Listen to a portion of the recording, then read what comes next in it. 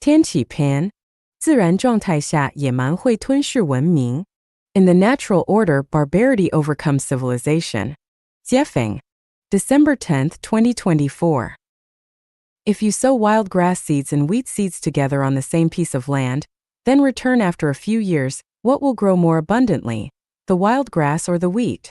If a wolf cub and a human infant are raised together without any external intervention, which outcome is more likely? The wolf cub becoming human, or the infant turning into a wolf?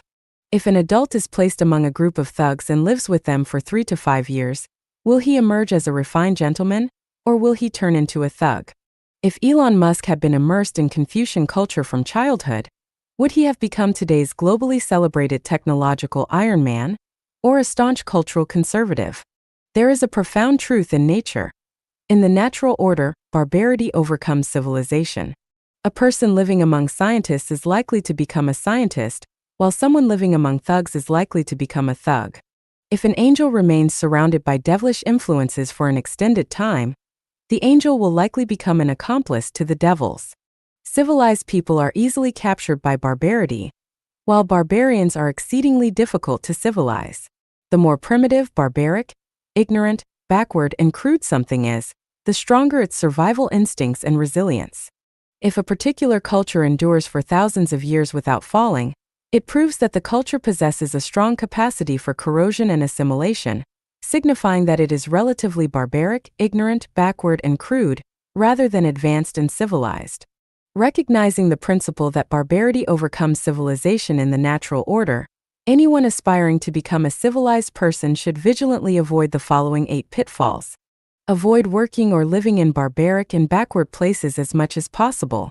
Avoid places that are closed off and unfriendly to outsiders.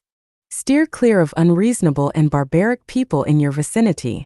Distance yourself from those who cling strongly to traditional ideologies. Gravitate toward advanced, open, and civilized places. Seek the company of civilized individuals. Avoid losing your temper or complaining.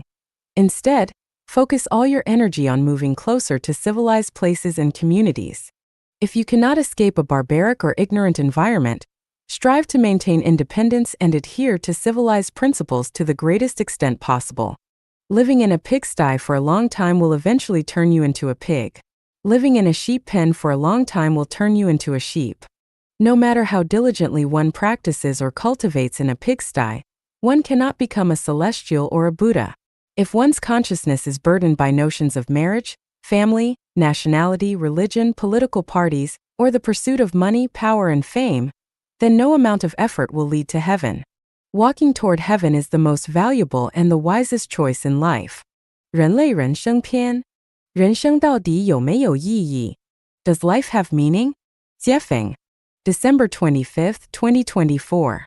On the internet, many people claim that life has no meaning. Let us explore whether life truly has any meaning. In a pigsty of 10 pigs, an old pig said, "Life as a pig has no meaning. We spend our entire lives in this sty, doing nothing but eating, drinking, sleeping, and rolling in the mud. There's no other purpose." A boar replied, "There's also mating. Mating is meaningful." A piglet chimed in, "Drinking our mother's milk and playing with my siblings in the sty makes life as a pig very meaningful." Hearing the pigs discuss the meaning of life, the pig farmer couldn't help but laugh. He thought to himself, "What do you know about the meaning of your existence? Your purpose as pigs is to grow fat so that I can slaughter and eat you." A Buddha overheard the pig farmer's thoughts and found them laughable. He thought, "Raising pigs is your duty, but slaughtering and eating them negates your merits. From then on, you'll have to start over from zero." What is the meaning of life as a pig? All the pigs knelt before the greatest creator and pleaded for answers. A deafening voice echoed from the heavens. As pigs, your existence is to repay the debts of your past lives, where you lived recklessly and harmed other living beings. By living as pigs and settling your debts, you can be freed from this existence and reincarnate as humans.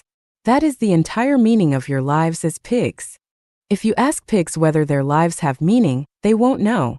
They cannot comprehend the purpose of their existence. If you ask humans whether their lives have meaning, they won't know either. Humans cannot fully grasp the purpose of their existence. 人类正在按照我的构想演进. Humanity is evolving according to my vision. Dayform Buddha. December 27, 2024. The future of humanity is unimaginably beautiful. A world where every individual experiences such profound joy that it leaves them trembling in awe. I will eliminate the roots of human troubles, worry, pain, anxiety, sorrow, fear, and apprehension, so that people live as if in paradise, transforming Earth into a true utopia. Let me share my vision and the steps I will take to bring it to life. I will abolish marriage and family. I will dissolve nations, political parties, and religions. I will erase wealth disparities, along with banks and currencies. I will remove national borders. I will eliminate theft, robbery, invasion, war, unrest, corruption, fraud, deceit, and bribery. I will eradicate poverty and hunger. My plan is for everyone to live to the age of 120. Over the course of their lives, they will experience living and working in at least 40 different locations with diverse climates, geographies, and seasons. They will immerse themselves in temperate, frigid, and tropical zones, in regions with distinct four seasons as well as those with only rainy and dry seasons. They will share life with people of various races, languages, and cultures. Each day will be filled with joy, and their lives will be intoxicatingly fulfilling. When they reach 120, will they simply die? No. After 120, I will send some individuals to live on Mars, not in their physical bodies, but by transferring their consciousness onto chips that will be transported to Mars. Once there, their consciousness will be replicated into robotic bodies, allowing humans to make a spectacular transformation from carbon-based life forms to silicon-based beings, continuing to relish the infinite joys of existence. For others, I will guide them to higher dimensions such as the 1,000-year world, the 10,000-year world, and the Elysium Celestial Islands continent, where they can enjoy the bliss of being celestial beings. Can anyone stop this plan from coming to fruition? No one can. No president, billionaire, philosopher, scientist, or thinker can halt the progress and realization of my vision. My advice is this: do not resist this tide of change. Align yourself with it or risk being eliminated by the programs of the new era. For anyone wishing to step into this unparalleled, wondrous new era and live within my vision, there is one essential course you must take: the soul purification course. Of all matters, this is the most urgent. Do not miss this once in 10,000 years opportunity. 心灵篇。求道的结果是什么? What is the outcome of seeking the Tao? Dayform Buddha. March 1, 2007. Seeking the Tao has no outcome. Where is the Tao? Fish live in water. Humans exist within the Tao. We are already within the Tao, so where is there to go in seeking it? Thus, the act of seeking the Tao is like riding a donkey while searching for it or asking, "The monk is still here, so where have I gone?" When we regard ourselves as seekers of the Tao and feel smug or self-satisfied, thinking we are enlightened, that is precisely when we are most lost in self-delusion. How could seeking the Tao ever have an outcome? Everything in the universe is a process. No matter how life evolves, its essence is a process. Therefore, to seek the Tao is to seek the process, not the outcome. The wise words of Gao Shan Lu Shui remind us, when the search for truth brings increasing joy to your life, then you are on the right path. But when it brings increasing pain, then your path is mistaken. Indeed, this is true. Are you happy and joyful in this very moment? If so, you have found the Tao and are resonating in harmony with it. Are you troubled and distressed right now? If so, you have lost the Tao and are out of sync with it. To seek the Tao means to seek happiness and joy. A day of happiness and joy is a day of attaining the Tao and living as a celestial. A lifetime of happiness and joy is a lifetime of living as a celestial. Interestingly, those who live a lifetime of happiness and joy are the most likely to enter the heavenly kingdom, while those who live a lifetime of distress and anguish are less likely to do so. So let us seek happiness and joy. Pursue happiness and joy in every moment and savor the present. The experience of the present moment is the outcome. Seeking a future outcome is like chasing after tomorrow. Tomorrow upon tomorrow. How many tomorrows lie ahead? If we live for tomorrow, all will end in regret. Note, explanation of the monk is still here, so where have I gone? Story mentioned above. Once upon a time, a government escort, known as a guan chai in ancient China, a type of subordinate government agent, was tasked with escorting a monk convicted of breaking monastic precepts to exile. Every morning before setting out, the escort would carefully check 4 things: his belongings, including food and money, the official documents needed to complete the mission, the monk, as losing him would mean grave consequences, and finally himself. Only after ensuring everything was accounted for would he begin the journey. Day after day they traveled together, crossing rushing streams, dense forests, desolate paths, and towering mountains. Over time, the escort and the monk grew familiar with each other, forming a bond like that of friends. As they approached their destination, one cold and stormy evening, they stopped at an inn to rest. The monk, seeing an opportunity, said to the escort, "You've taken such good care of me on this long journey, and our parting is near. Let me repay your kindness. I still have some money left. Shall we have a good meal and some wine tonight?" The escort was delighted and called out for the best food and drink. Feeling relieved of his responsibilities for the night, he drank freely and soon fell into a deep, drunken sleep. Seeing the escort had fallen into a deep sleep, the monk seized his chance. He found the key to his shackles, freed himself, and shaved the escort's head clean. He then switched his prison robe for the escort's clothing and locked the shackles around the escort's ankles. Before leaving, the monk chuckled and said, "See you, my friend," and disappeared into the night. The next morning, the escort woke up feeling refreshed. As usual, he began his daily routine of checking everything before resuming the journey. First, his belongings, still there. Next, the official documents, also present. Then he looked for the monk but couldn't find him. Confused, he started to rise, only to be tripped by the shackles now on his own legs. He rubbed his head and was shocked to feel smooth skin. His head was completely bald.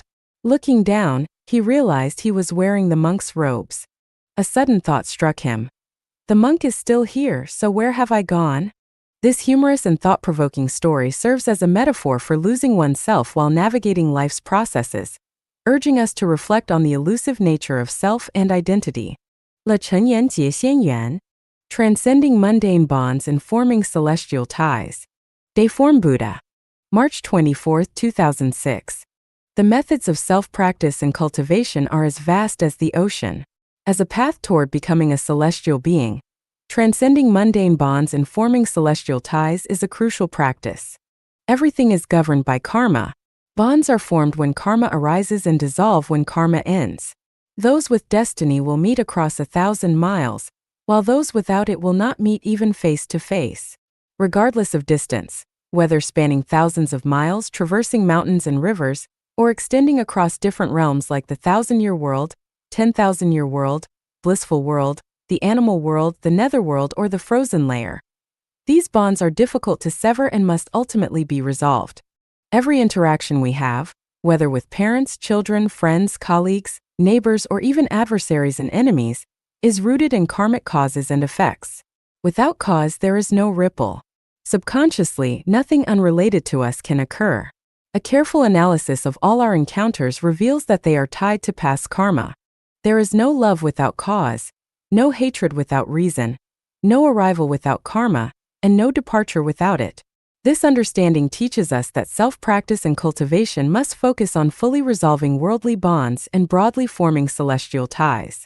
Resolving mundane bonds and forming celestial ties involves 2 key aspects: resolving ties with worldly individuals, letting go of attachments to the mundane world.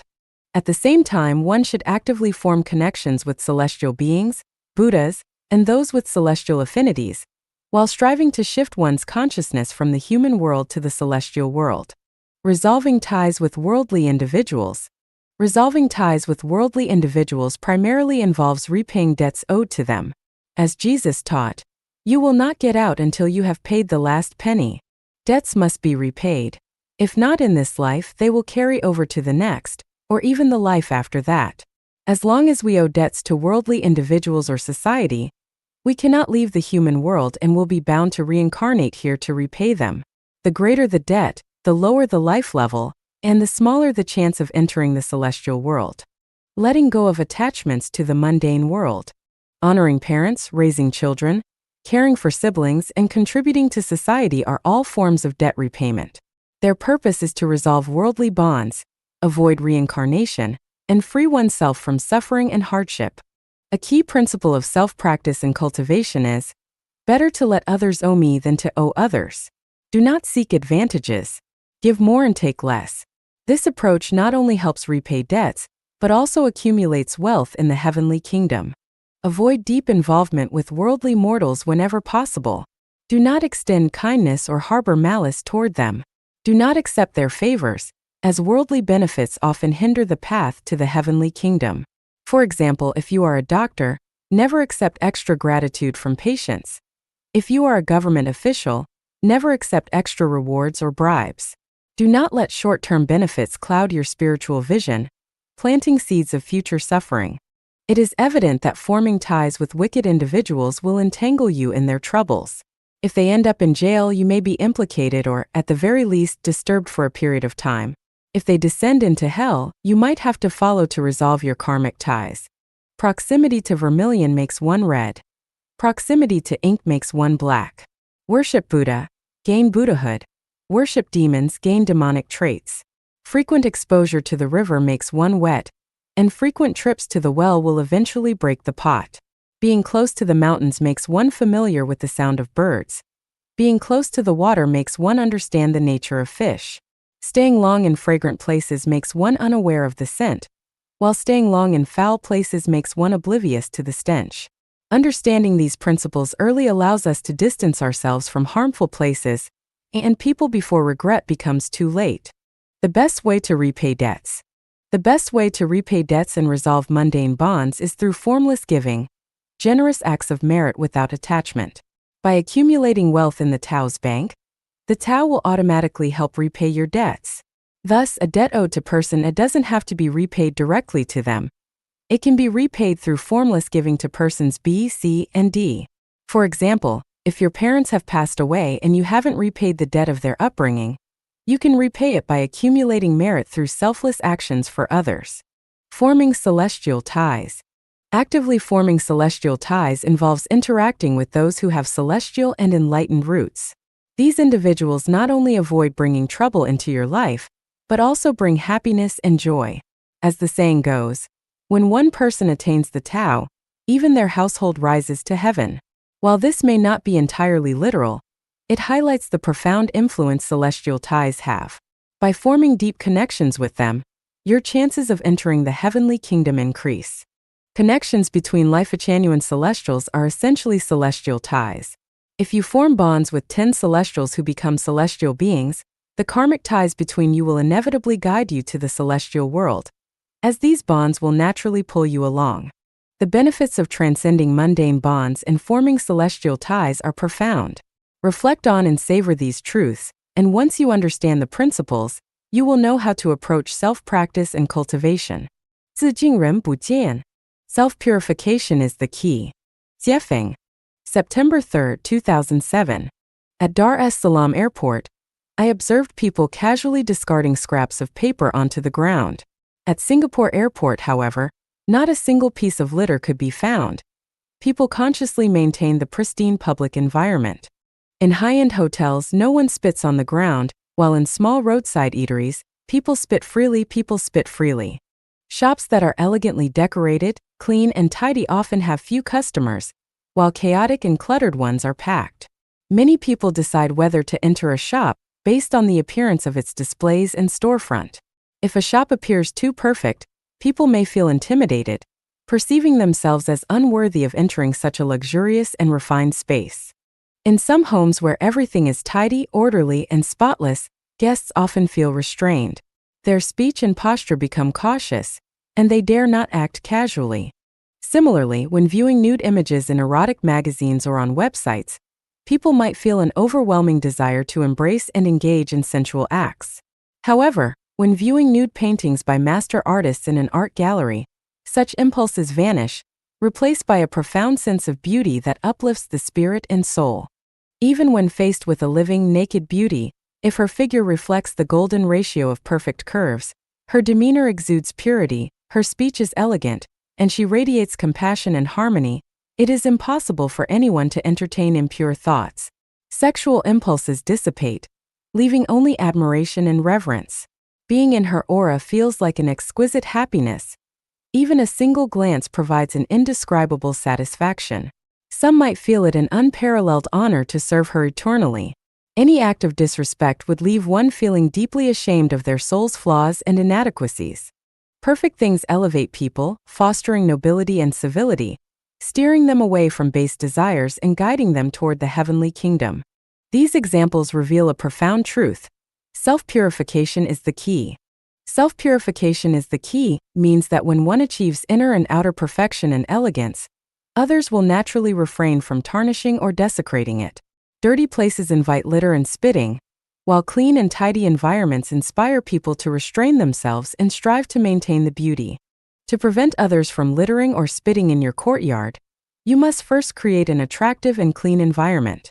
To stop people from gossiping about you, you must first cultivate a perfect heart and exhibit refined speech and behavior. Just as the saying goes, where flowers bloom, butterflies naturally gather. Self-purification prevents desecration. We often notice an abundance of flies in certain places and complain about how annoying they are.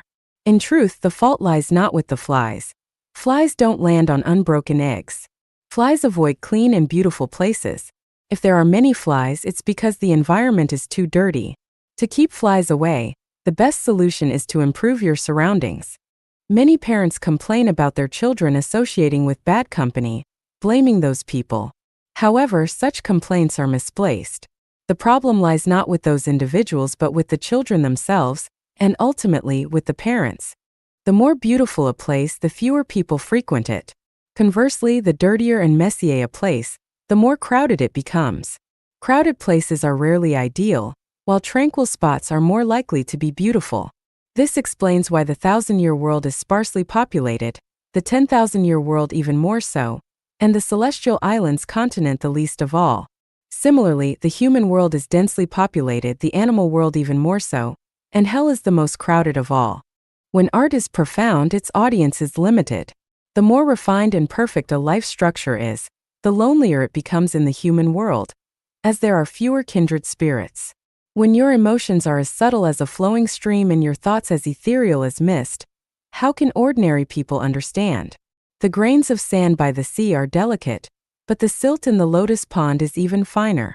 The wind is subtler than the silt, and the light is more delicate than the wind. Emotions that stem from the soul are subtler than light. As this subtlety increases, fewer people can appreciate it. When one's heart enters the antimatter world, their emotions become so refined that they are imperceptible, almost empty. How can the people of the human world appreciate them? It becomes intangible, mysterious.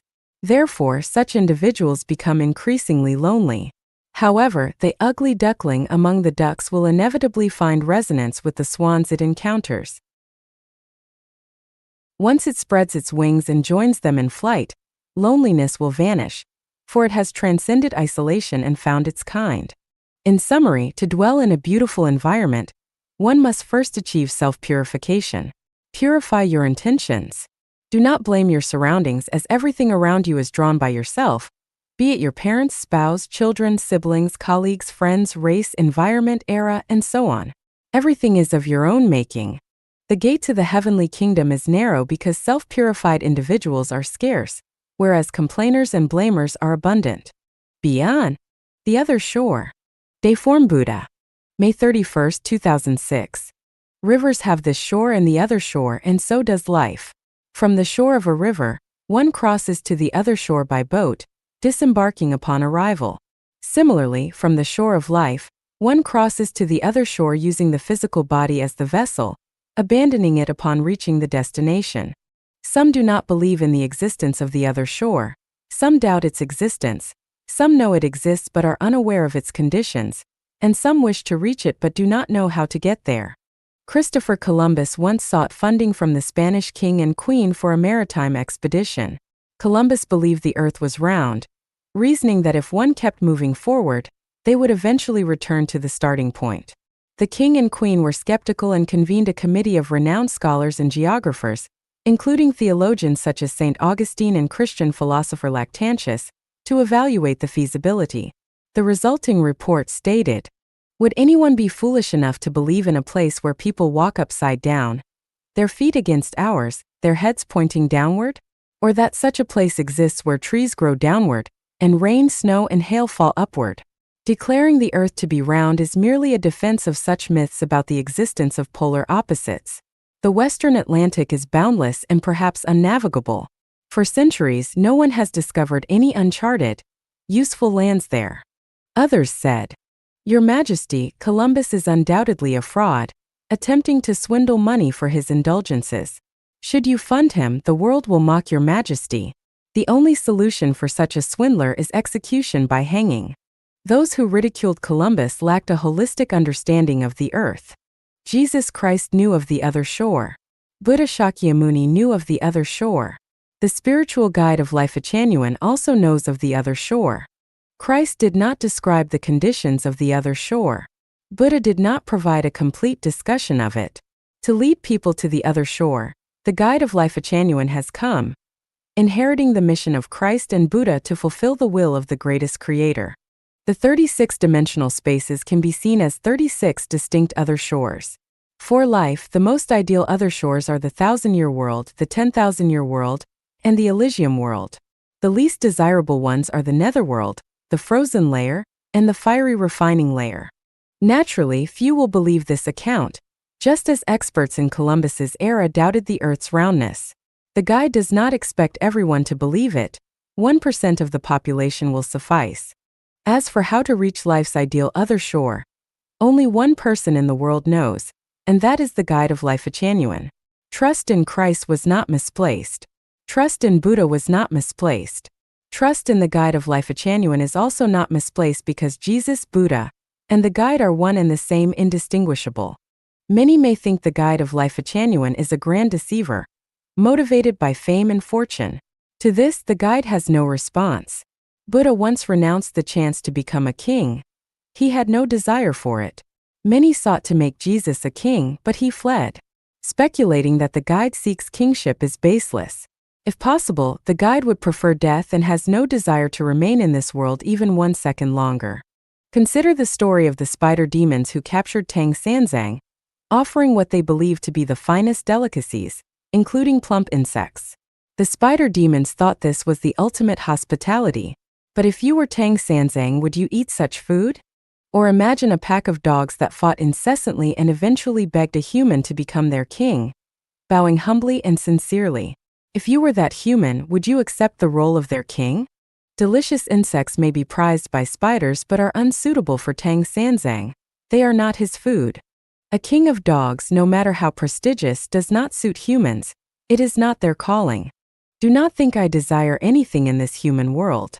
Even the humblest citizen of the heavenly kingdom is nobler than a king, president, or leader of this earthly world. If you approach with sincere scientific curiosity, you will believe me. If you have spirituality, you will believe me. If you understand divine revelations, you will believe me. If you grasp Christ's heart, you will believe me. If you comprehend Buddha's teachings, you will believe me. Do not assume I will preach to you as Jesus or Buddha did. For most humans, compassion and universal love are ineffective. Without transforming the structure of your life, you cannot reach the ideal other shore. Stop aimless practices and haphazard cultivation. Cultivation is like launching a spacecraft into outer space. Every calculation must be precise. Blind attempts and wishful thinking are futile. Do not harbor the slightest delusion. If you lack clarity on even one calculation or entertain unrealistic expectations, you will never reach the ideal other shore. 生命禅院倡导的人生价值观 The life values advocated by Life Achanuan. Deiform Buddha. August 27, 2006. Life values are the compass and guide that help one adjust their direction in life, based on their worldview and outlook on life.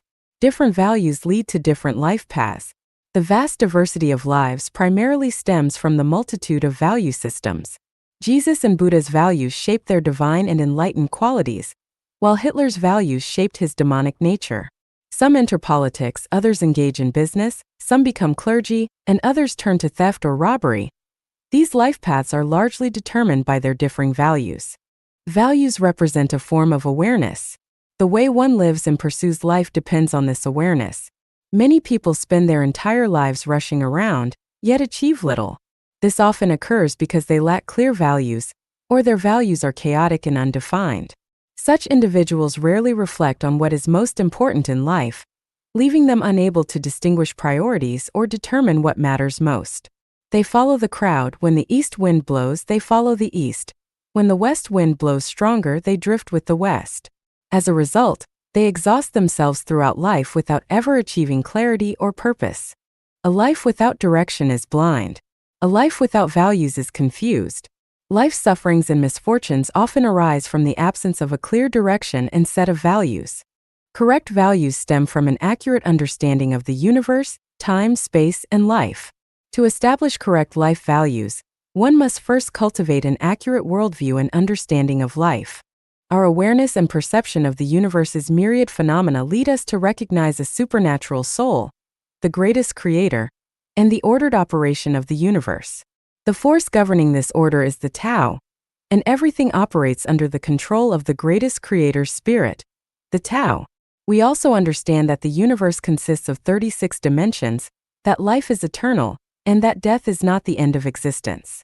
Life is merely a single journey of life itself, and the end of one journey marks the beginning of another.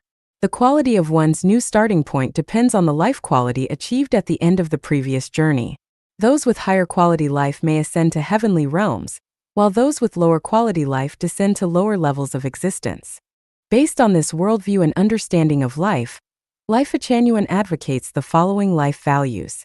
The highest priority in life is to refine and perfect the non-material structure of one's being. Life is infinite, but a single human life is finite.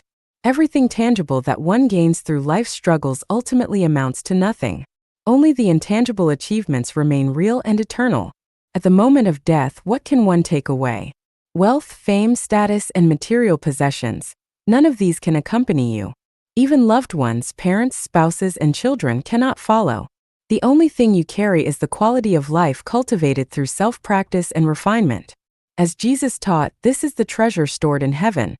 As Buddha taught, it is the fruition of enlightenment.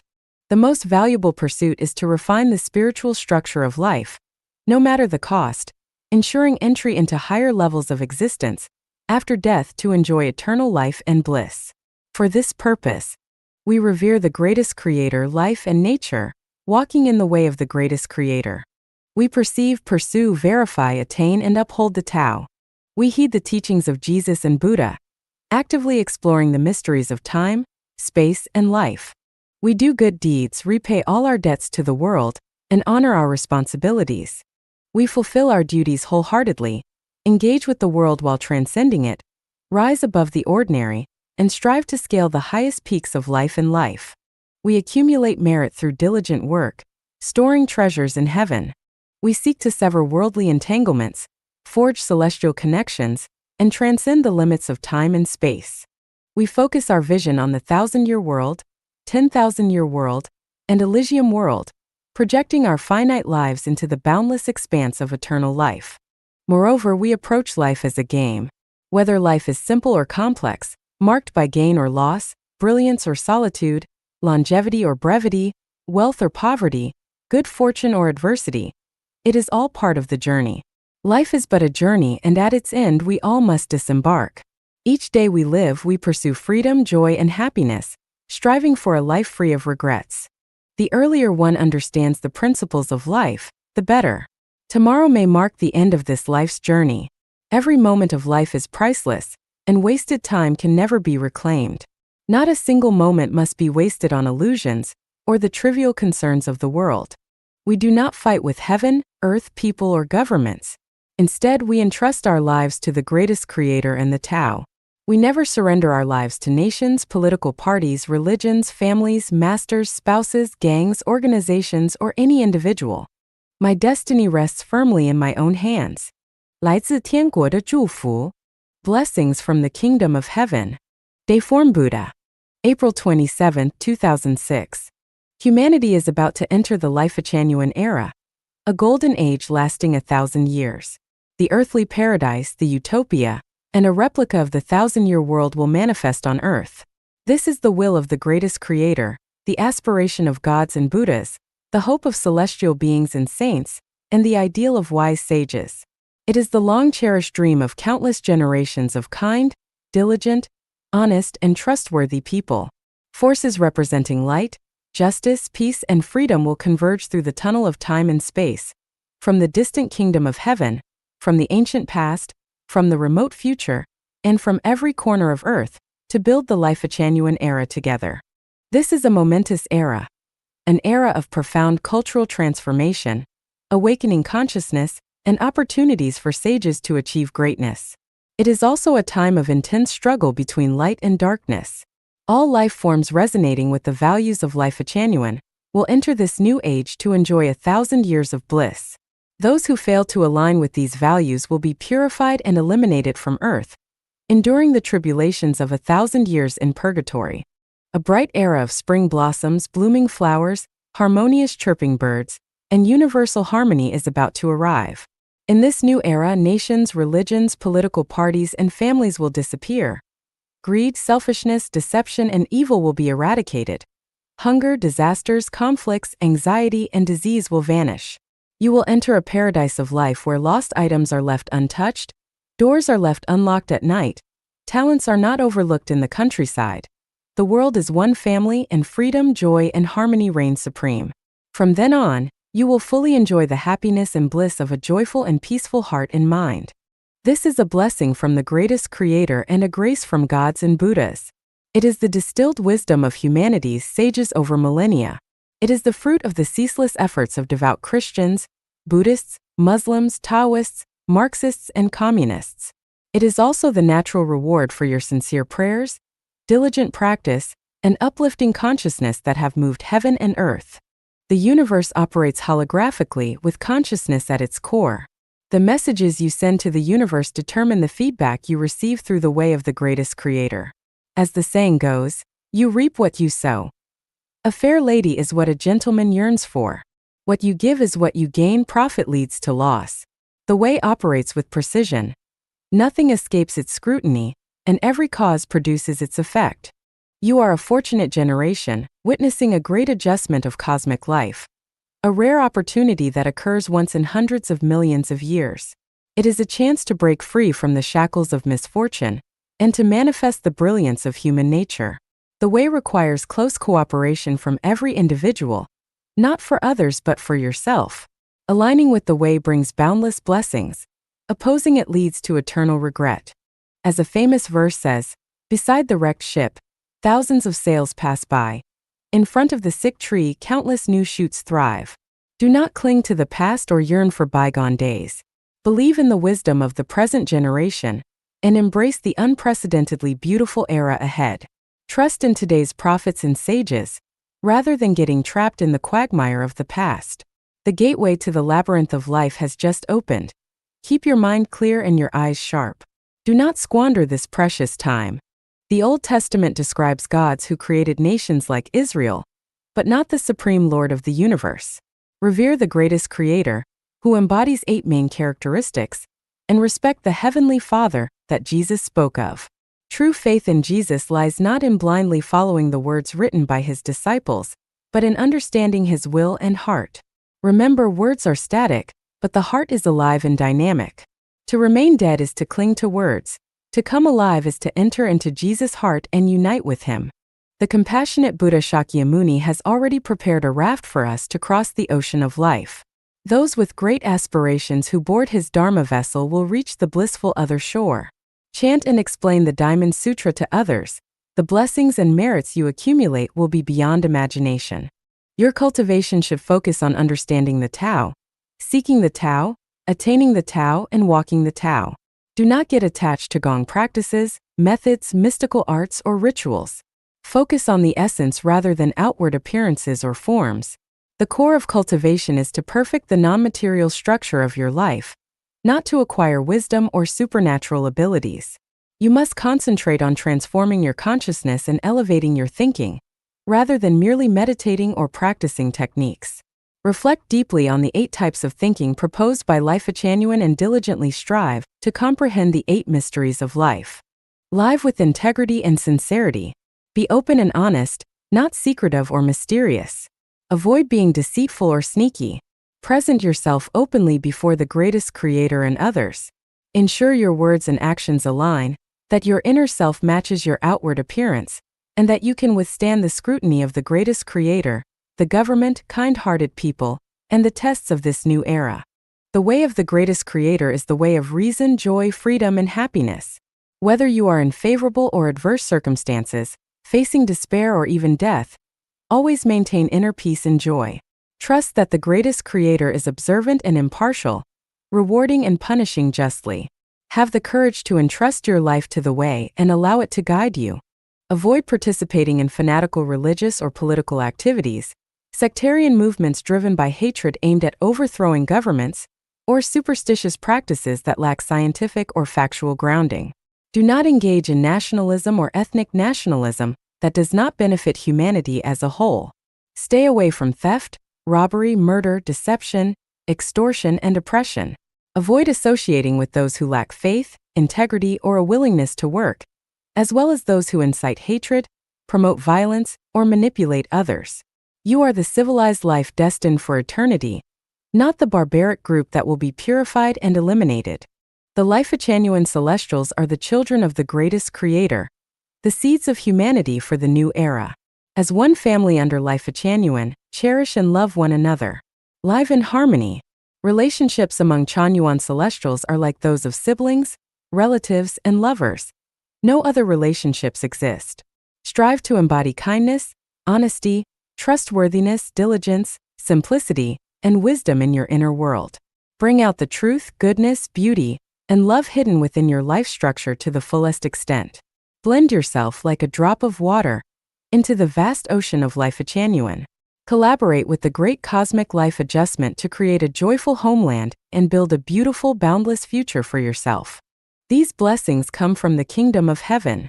Glory belongs to the greatest creator. Happiness belongs to those who revere the greatest creator, respect life, cherish nature, and walk the way of the greatest creator. May you walk out of confusion, enter the Life-Genuine era, an earthly paradise, and extend your life to the 1,000-year world, the 10,000-year world, and the Elysium world, enjoying eternal bliss. Today marks the auspicious reopening of the gates of Life-Genuine. It is a turning point in each individual's life and in the transformation of human consciousness. The greatest creator is with you. Christ Jesus and Buddha Shakyamuni are with you. Prophet Muhammad and Sage Laozi are with you. All the saints and sages of humanity are with you. Your joy and happiness will be infinite. The most beautiful blessings are yours. 读沁心草遁去的意有感. Reflections on Qinshin Celestials, the Elusive One. Dayform Buddha. December 11, 2006. Qinshin Celestial reveals a profound truth. One must attain the Tao in the present moment. Chasing illusory perfection is as futile as trying to catch one's shadow. Attaining the Tao now is grasping the One. If one hopes to achieve it in the future, it will forever remain out of reach. This aligns with Donghai Yixiao's insight in life blossoms in every instant. Both are words of wisdom from those who have entered the Tao. Explaining this state of being through words is difficult, not because it is impossible, but because it requires extensive elaboration. An instant is eternity, and successive instants form a continuous eternity. Seekers of the Tao must remain unwavering, centered, and focused in every moment. Neglecting the significance of an instant distances one from the Tao. As Qinshin Celestial remarks, life blossoms in every instant. If one cannot attain the Tao in this life, then when? The Tao is never far from us. To pursue it, one must seize the present moment. If we love someone, we must love them immediately, without hesitation, overthinking, or calculating. Worries and delays render our love false and unexpressed, leaving others unable to feel it.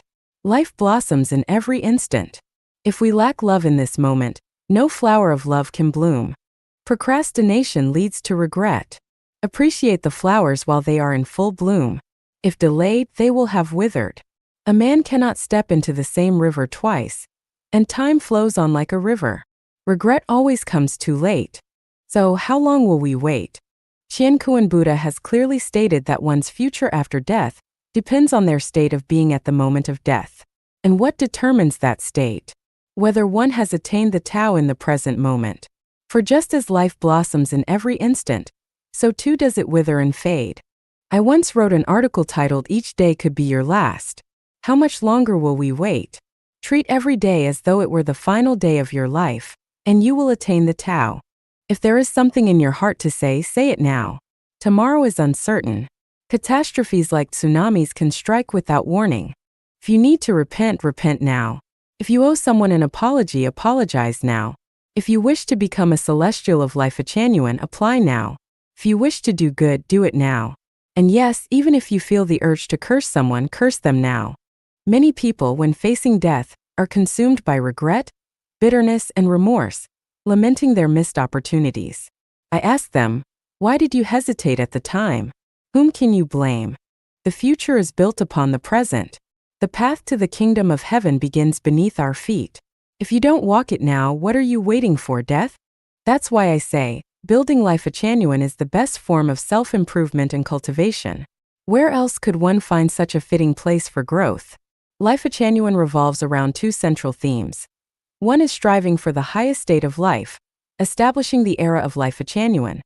The other is pursuing the highest state of life, perfecting the non-material structure of life and advancing to the 1,000-year world, 10,000-year world, or celestial islands continent in the Elysium world.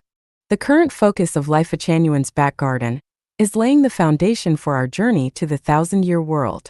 Chiefing Celestial, sent by the greatest creator, is here to guide us. Those with insight will see the essence. Those without will merely join the crowd. Skeptics may wonder, is there truly a 1,000-year world for us? Where else could one find such a guide? The greatest creator sends an airplane to pick you up. You won't board. The greatest creator sends a boat. You won't board. Are you waiting for the creator to personally come for you? Do we even deserve or have the qualifications for such a privilege? Opportunities once missed never return. The key is to seize the present moment. In this moment, one can become a celestial being and a Buddha. Let go, and let go again. Have we truly let go? Do not let your heart be entangled by forms, sounds, smells, tastes, touches, or dermas. Where does your heart reside? To die for the Tao is to gain life. To live for oneself is to lose life. The Buddha and Christ are our guides in life, and Life a Genuine is today's Noah's Arkansas. What are we still waiting for? Are we waiting for extraterrestrials? Will one cultivate alone? Impossible, like carving rotted wood. Can selfish people be accepted into the kingdom of heaven? To be accepted, one must perform good deeds and store treasures in heaven. Where our treasures lie, so too will our hearts and futures. Do not withhold your love. The more you give, the more you will receive. Those who give little will have even that taken away. The lazy worker will not only forfeit their reward, but also their position. Yesterday's merits belong to yesterday. Forget them. Today brings a new self, and with it, renewed effort and diligence. Flowers bloomed yesterday, but they must bloom again today. In this way, we remain steadfast and can enjoy the eternity of life. Let me conclude with Qinshin Celestial's words of wisdom. If one cannot attain the Tao in this life, then when? 吸烟者会下地狱吗? Will smokers go to hell? Jiefeng. December 2, 2007. Smoking harms health and pollutes the environment. Therefore, anyone who endeavors to prevent smoking is doing the right thing. A compassionate act worthy of recognition. Life a Genuine advocates for a smoke-free lifestyle. I Xiefeng am a smoker with a significant habit, averaging a pack of cigarettes daily. The harmful effects of smoking are extensive, as all cigarettes contain toxins. It's widely acknowledged that the best tobacco comes from Zimbabwe, home to the world's largest tobacco auction house. Even the best Chinese cigarettes must include Zimbabwean tobacco leaves to qualify as premium brands. Zimbabwe is known for producing 5 main cigarette brands: Newberry, Kingsgate, Beverly, Matson, and Everest. I have tried all of them with distinct effects. After smoking a pack of Newberry, I developed itchy red bumps all over my body. A pack of Kingsgate left me with severe lower back pain. Beverly caused my vision to decline rapidly. Matson gave me headaches, and Everest invariably led to nosebleeds. This is not an exaggeration. Many have personally witnessed my reactions to tobacco. These experiences demonstrate that tobacco significantly damages physical health. Moreover, Regular smoking drastically reduces sexual performance and can even lead to a complete loss of libido. Smokers' lungs are undeniably blackened, and lung capacity is severely impaired. Smoking also hinders meditative practices. For Qigong practitioners, smoking makes entering the Qi state challenging. From personal experience, I found that abstaining from smoking for 3 days enabled me to enter the Qi state within a minute, whereas smoking prolonged this process to over 10 minutes. Therefore, practitioners of self-improvement and cultivation are better off avoiding smoking. Additionally, smokers emit an unpleasant odor, which can be off-putting to others. The smell also permeates their vehicles and living spaces. Smoking in the bedroom is unlikely to foster pleasant dreams. In summary, the disadvantages of smoking are numerous. Those who don't smoke should avoid starting, and those who do should quit if possible. It brings numerous benefits. Currently, I still smoke, but I choose a special type of cigarette with over 50% lower nicotine and tar content than regular brands. Smoking is primarily a habit, not a physiological necessity. That said, every rule has exceptions. For certain individuals, smoking may have specific effects or benefits. This is akin to drinking water. Only the person drinking knows whether it is warm or cold. Will smokers go to hell? Now let's delve into the main question. Refer to the Bible, Mark 7 verses 15 to 23, where Jesus teaches, "Nothing outside a person can defile them by going into them. Rather, it is what comes out of a person that defiles them." Cigarettes are external substances entering the body and do not defile the soul. A person's inner goodness or beauty is unrelated to smoking unless their smoking harms others. Substances, especially food, affect physical health, not the spiritual body, unless fear is generated in one's consciousness. Inhaling or ingesting toxins may damage physical health, but does not taint the soul. Thus, smokers will not go to hell. Neither will meat eaters or drinkers. One's destination, heaven or hell, is determined by their non-material structure of life, not by smoking meat or alcohol. All medicines have toxicity. If smoking condemns one to hell due to its toxicity, then anyone who has taken medicine, breathed polluted air, or eaten pesticide-treated vegetables would also be destined for hell. Now, since fertilizers and pesticides are toxic, these toxins have entered vegetables and fruits. Therefore, everyone who has eaten vegetables and fruits would go to hell. Thus, the idea that smoking leads to hell, though well-intentioned, is baseless and unfounded. Buddha Sakyamuni taught in the Diamond Sutra, Chapter 14, one should develop the mind without dwelling on form. Do not let the mind dwell on sound, smell, taste, touch, or dharma. The mind should dwell nowhere. What is a cigarette? It is merely form. Dwelling on smoking demonstrates a lack of enlightenment and understanding of dharma. Such individuals, instead of promoting dharma, defile and undermine it. Do not assume someone is sinful or unworthy of enlightenment because they smoke, eat meat, or drink alcohol. Judging others based on outward appearances reflects attachment to form. As the Buddha said, "If you see me in form, if you seek me in sound, you are on the wrong path and will not see the Tathagata." Heaven or hell has nothing to do with form, sound, smell, taste, touch, or dharma. Life is a spiritual, non-material structure. Whether one ascends to heaven or descends to hell depends on the perfection of one's life's non-material structure. A perfect structure leads to heaven. An ugly structure leads to hell. What is life's non-material structure? How can it be perfected? For answers, refer to the Life-Chanyuan Corpus and Siefeng Corpus. I Siefeng smoke, eat meat, drink alcohol, play mahjong, and engage in romantic relationships. My life exemplifies that the perfection of life's non-material structure is not directly tied to form, sound, smell, taste, touch, or dharma. I demonstrate the essence of the highest level of dharma. Life-Chanyuan represents humanity's ultimate course. Everything should adhere to this final course. 关于生产力的思考 Reflections on Productivity. Siefeng.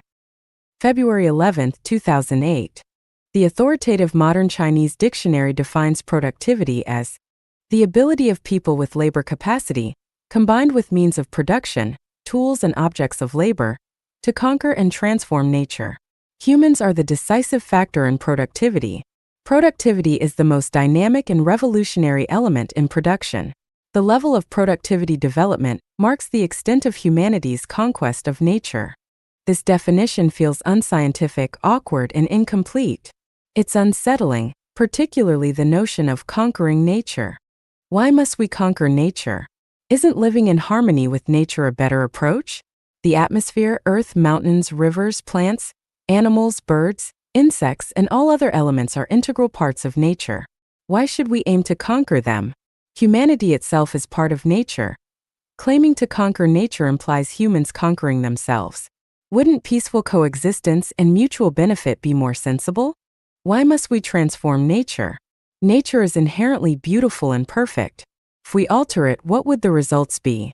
Would it lead to rising temperatures, melting glaciers, diminishing species, desertification, soil acidification, fishless rivers, polluted skies, soil erosion, floods, and ecological imbalance?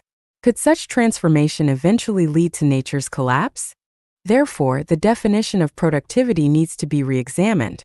Life Achanuan defines productivity as any factor capable of production is productivity. The earth is productivity because it produces plants, flowers, and crops and indirectly sustains wild animals, livestock, birds, insects, and humans. Rivers, lakes, and oceans are productivity because they nurture countless fish and shrimp. The atmosphere is productivity because it supports all life on Earth. Sunlight is productivity, especially through photosynthesis, which provides energy essential for life on Earth. When we observe nature, we are amazed to discover that nature itself is productivity. A once popular saying declared, "Science and technology are the primary productive forces." However, this statement is narrow and biased. It would be more accurate to say that nature is the primary productive force. Humans are not the decisive factor in productivity. The decisive factors are sunlight, air, water, and the earth. Without humans, nature would continue to thrive. But without sunlight, air, water, or the earth, what could humans decide? A more accurate statement might be, humans are the primary factor in the destruction of nature. The claim that the level of productivity development marks the extent of humanity's conquest of nature is incorrect. Here, productivity essentially refers to advancements in science, technology, and human expertise. To be precise, this statement should read, the level of human productivity development marks the extent of humanity's destruction of nature. Merely discussing productivity holds little value. The real question is this: if sunlight, air, water, and earth are the true productive forces, and if nature is the ultimate productive force, then where does nature originate? Did it fall from the sky by chance? This morning, while working in the cucumber field, I noticed something fascinating. Every cucumber vine grows tendrils about half a foot apart. What are these tendrils for? They are used for climbing. When a tendril cannot reach any support, it grows straight. But upon finding support, it coils tightly around it, enabling the vine to grow upward. How clever cucumbers are!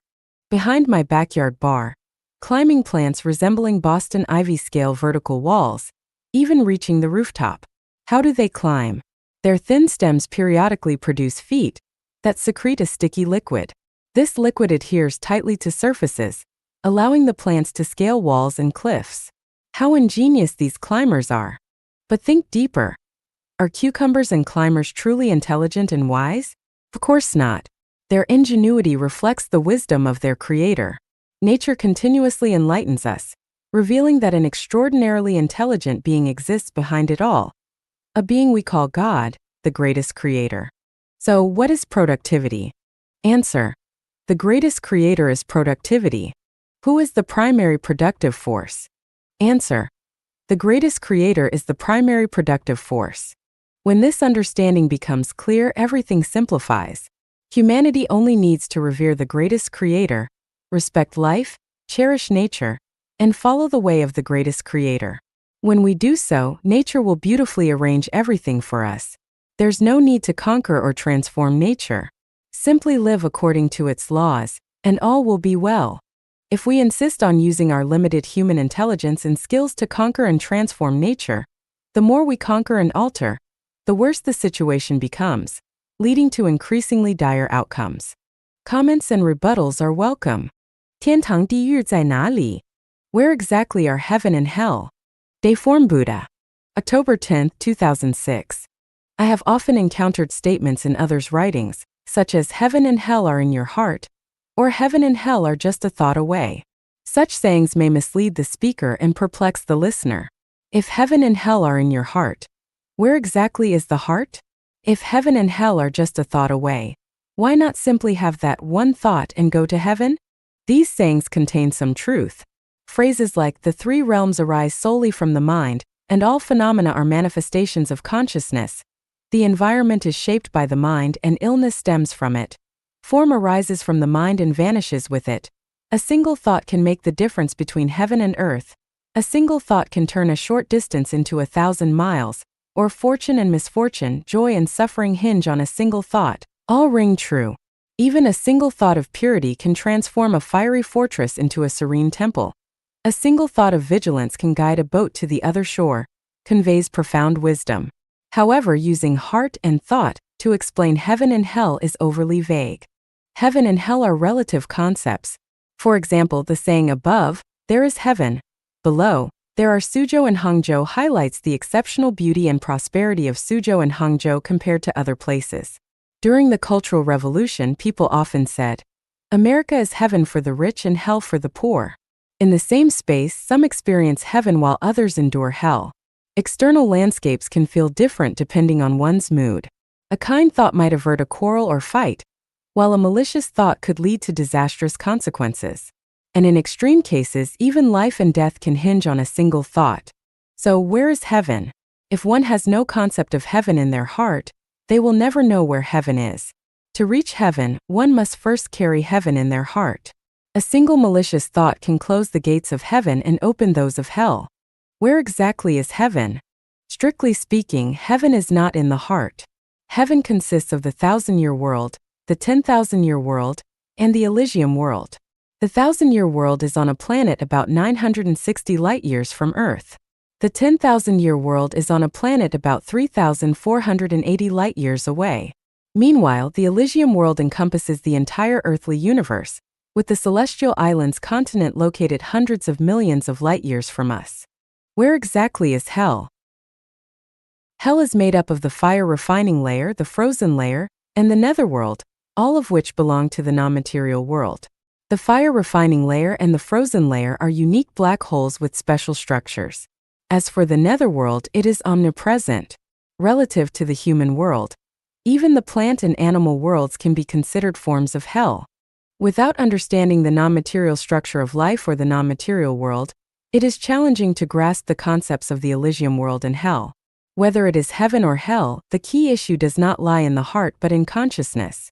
Each space has a unique structure that corresponds to the structure of life, resonating with it at the same frequency.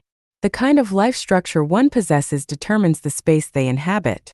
Thus, it is essential to focus energy on life structure.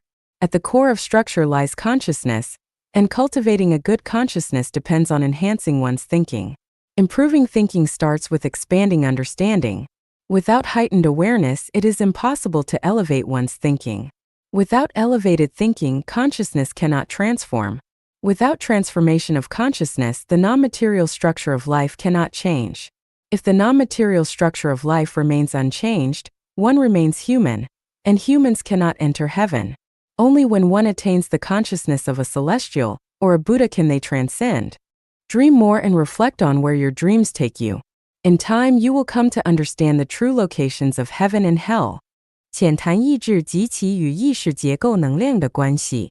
A brief discussion on willpower and its connection with consciousness, structure, and energy. Jiefeng. December 17, 2007.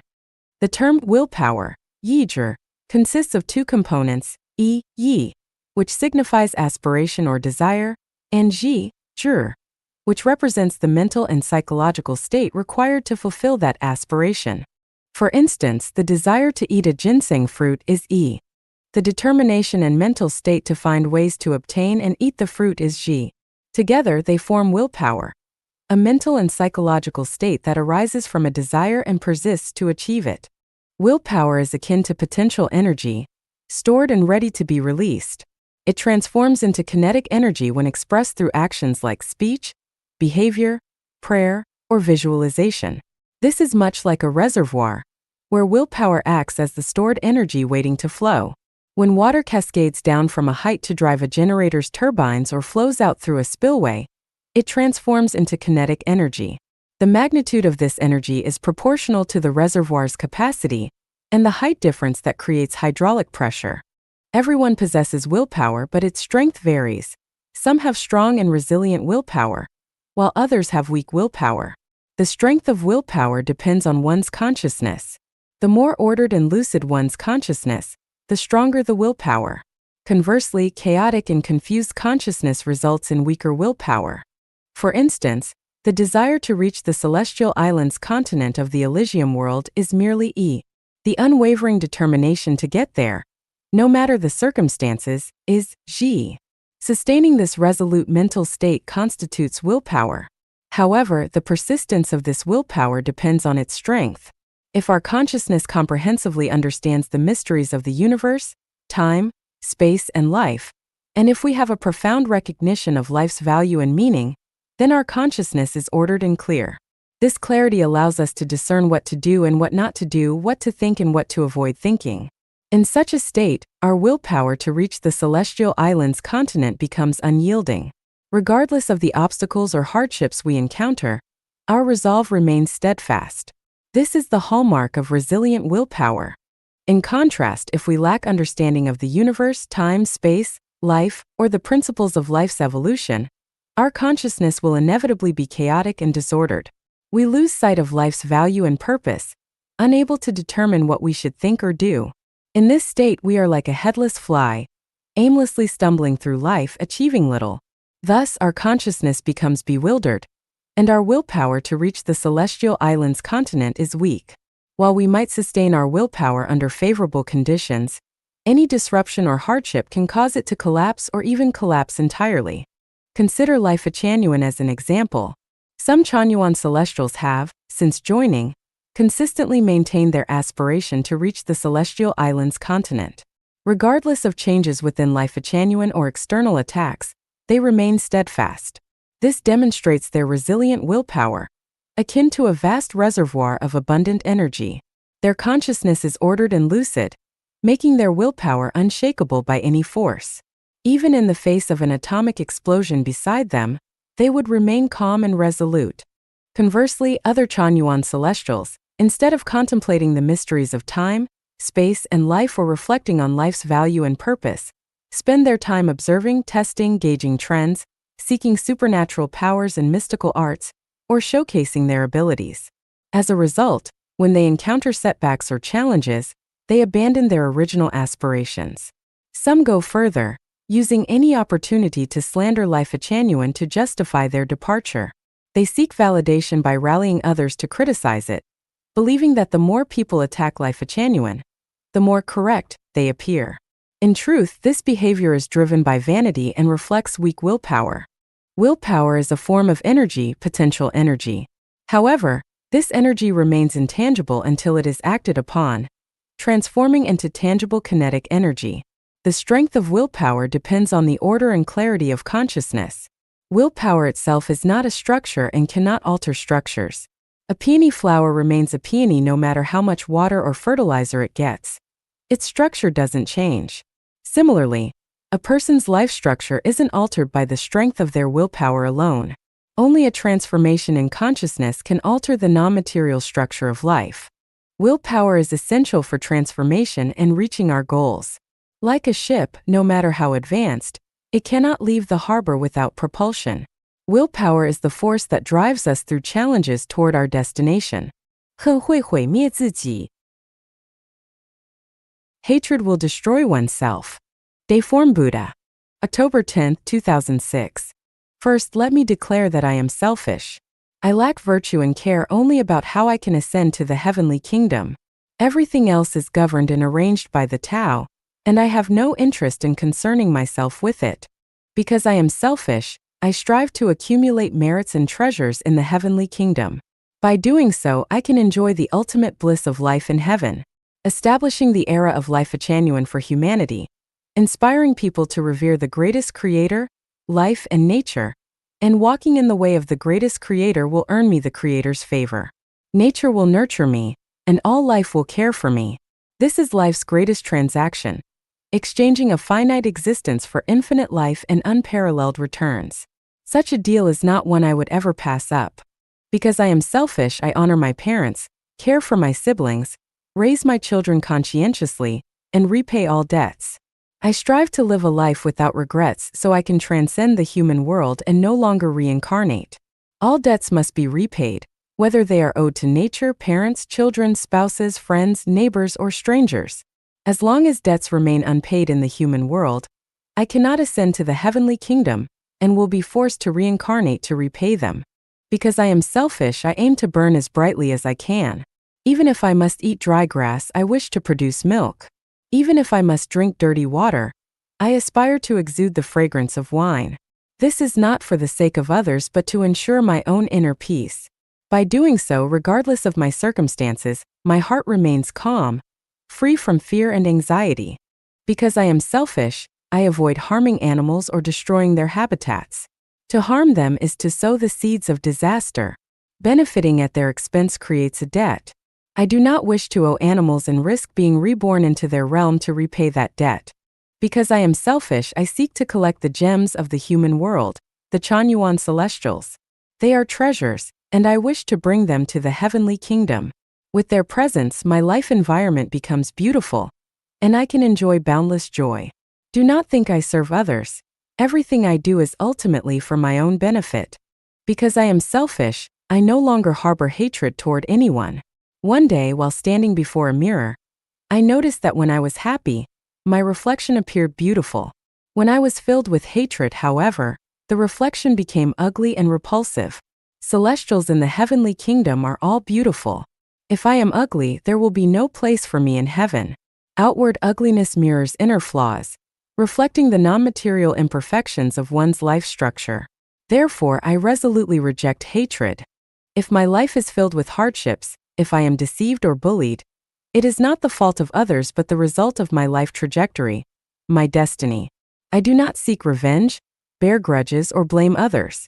This is not out of consideration for others but to preserve the perfection of my own life structure. To harbor hatred is to destroy oneself. Because I am selfish, I choose to love others. Love is inexhaustible. It does not create debts. Rather, it makes others indebted to me. Debts owed to me must eventually be repaid. While I strive not to owe anyone, I aim to have others owe me. In doing so, my life space expands and grows more beautiful. The more lives owe me, the more glorious and harmonious my existence becomes. The wisdom of the greatest creator lies here. All life in the universe is indebted to him, and thus all follow him alone. Because I am selfish, I no longer form bonds with worldly mortals. The suffering of worldly people is endless, and connecting with them means inheriting their boundless pain. Life is fleeting, so I choose to associate with sages and form connections with bodhisattvas, angels, celestials, and Buddhas. When they ascend to the heavenly kingdom, our bonds will guide me there as well. Because I am selfish, I work diligently. Why? Because life is impermanent, and its final station can arrive at any moment. By preparing everything in advance, I can step into my next life journey without regret, avoiding the sorrow of looking back and turning into a pillar of salt, tormented by regret for millennia. I do not blame anyone for harming me, wasting my youth, or causing me to endure hardships. If life was bitter, it was my own doing and I deserved it. I never claim to do anything for others, not for your good. No, everything I do is for myself. I love you but not for your sake, it is for mine. I help you but not for your sake, it is for me. I dedicate myself to you but not for your sake, it is to fulfill my own purpose. Do not call me noble. Do not praise me for being selfless or contributing to humanity. Do not claim that I have sacrificed for my nation, ethnicity, society, family, or others. I have not and I will not. Everything I do is for myself because I am selfish. 莫把真情当粪土. Do not treat true feelings as dirt. 街坊. I have traveled through 36-dimensional spaces, explored 20 parallel worlds, and discovered a profound truth. The more a place cherishes true feelings, the closer it is to heaven. The more devoid of compassion and integrity, the nearer it is to hell. Where true feelings abound, harmony and blessings prevail. Where true feelings are absent, suffering is unbearable. When people abandon true feelings, they forfeit heaven. When people regard true feelings as dirt, they become demons and monsters. True feelings are priceless treasures of the heavenly kingdom. Without true feelings, what are you? Flowers exude fragrance because they have feelings. Humans shine with brilliance because they have feelings. Gods and Buddhas save sentient beings because they have feelings. Demons, devoid of feelings, spread disaster. People, when you abandon true feelings, you make it nearly impossible to enter heaven. The gates of heaven will never open for the heartless. Are you cultivating the path? What exactly are you cultivating? Who brews the bitter wine of life? Who causes conflicts and disputes? Who sows the seeds of suffering? Who turns away from the greatest creator? It is those who are devoid of compassion and loyalty. Without true feelings, what remains? What remains is calculation and the weighing of benefits. What remains is indifference and deceit. What remains is selfishness and greed. What remains is an ugly soul. What warms the human heart is not wisdom, but true feelings. What brings joy and delight is not knowledge, but true feelings. If a master lacks compassion, he brings not blessings but the call of demons. If a practitioner lacks compassion, he cannot become a celestial but will instead become a spawn of devils. False emotions and sweet words, these are the tricks of demons. Cold-hearted betrayals and cunning schemes, these are the deeds of monsters. If God were devoid of compassion, he would not be God. If Buddha were devoid of compassion, he would not be Buddha. If an angel lacked compassion, they would not be an angel. If a bodhisattva lacked compassion, they would not be a bodhisattva. Lively and vibrant beings are those with feelings. Dull and lifeless beings are those without feelings. If you study Buddhism but lack compassion, you are studying demonic ways. If you aspire to immortality but lack compassion, you are walking the path of ghosts. No matter how many extraordinary beings appear in the world, they must first move others with compassion. Heartless teachings are poisonous broths that lead to hell. A heart devoid of compassion is like the venom of a snake. Even if Jesus returns, he will shower true feelings upon the world. Even if Maitreya descends, he will warm hearts with true feelings. True feelings surpass wisdom and extraordinary powers. True feelings surpass fame and all teachings. When people treat true feelings as dirt, no matter what path you follow, no matter what supreme saint of the universe you encounter, you have already gone astray. You have already turned your back on the greatest creator. Your future will be shrouded in darkness. 现身说法化人生 Sharing life's wisdom through personal experience. Jiefeng. August 21, 2007. Life presents us with 84,000 paths, each leading to unique experiences and perspectives. While everyone strives to live their best life, the ways we live and the feelings we experience vary greatly. Life itself is a complex topic. Regardless, everyone hopes and works to live a life that is wealthier, freer, healthier, more exciting and meaningful. A life full of joy, promise, and potential. Only those who deeply contemplate life and diligently strive for a better existence can truly understand its essence. They come to realize that the teachings of Jesus and Buddha are invaluable treasures, and they gain profound insights into the wisdom of the sages throughout history. Thanks to the grace of the greatest creator and the teachings of Jesus Christ and Buddha Sakyamuni, my life has entered a miraculous realm. Nowadays, I live like a celestial being. I don't worry about food, clothing, shelter, or transportation. I have no anxieties about life's many concerns. My body is healthy, my mind serene, and my heart filled with joy. I live in an environment of perennial beauty, surrounded by blooming flowers and chirping birds. My life is free from worldly distractions and pressures. I sleep and wake as I please. Every day feels like a weekend, every moment like a holiday. At my age, few can achieve this state of life and being.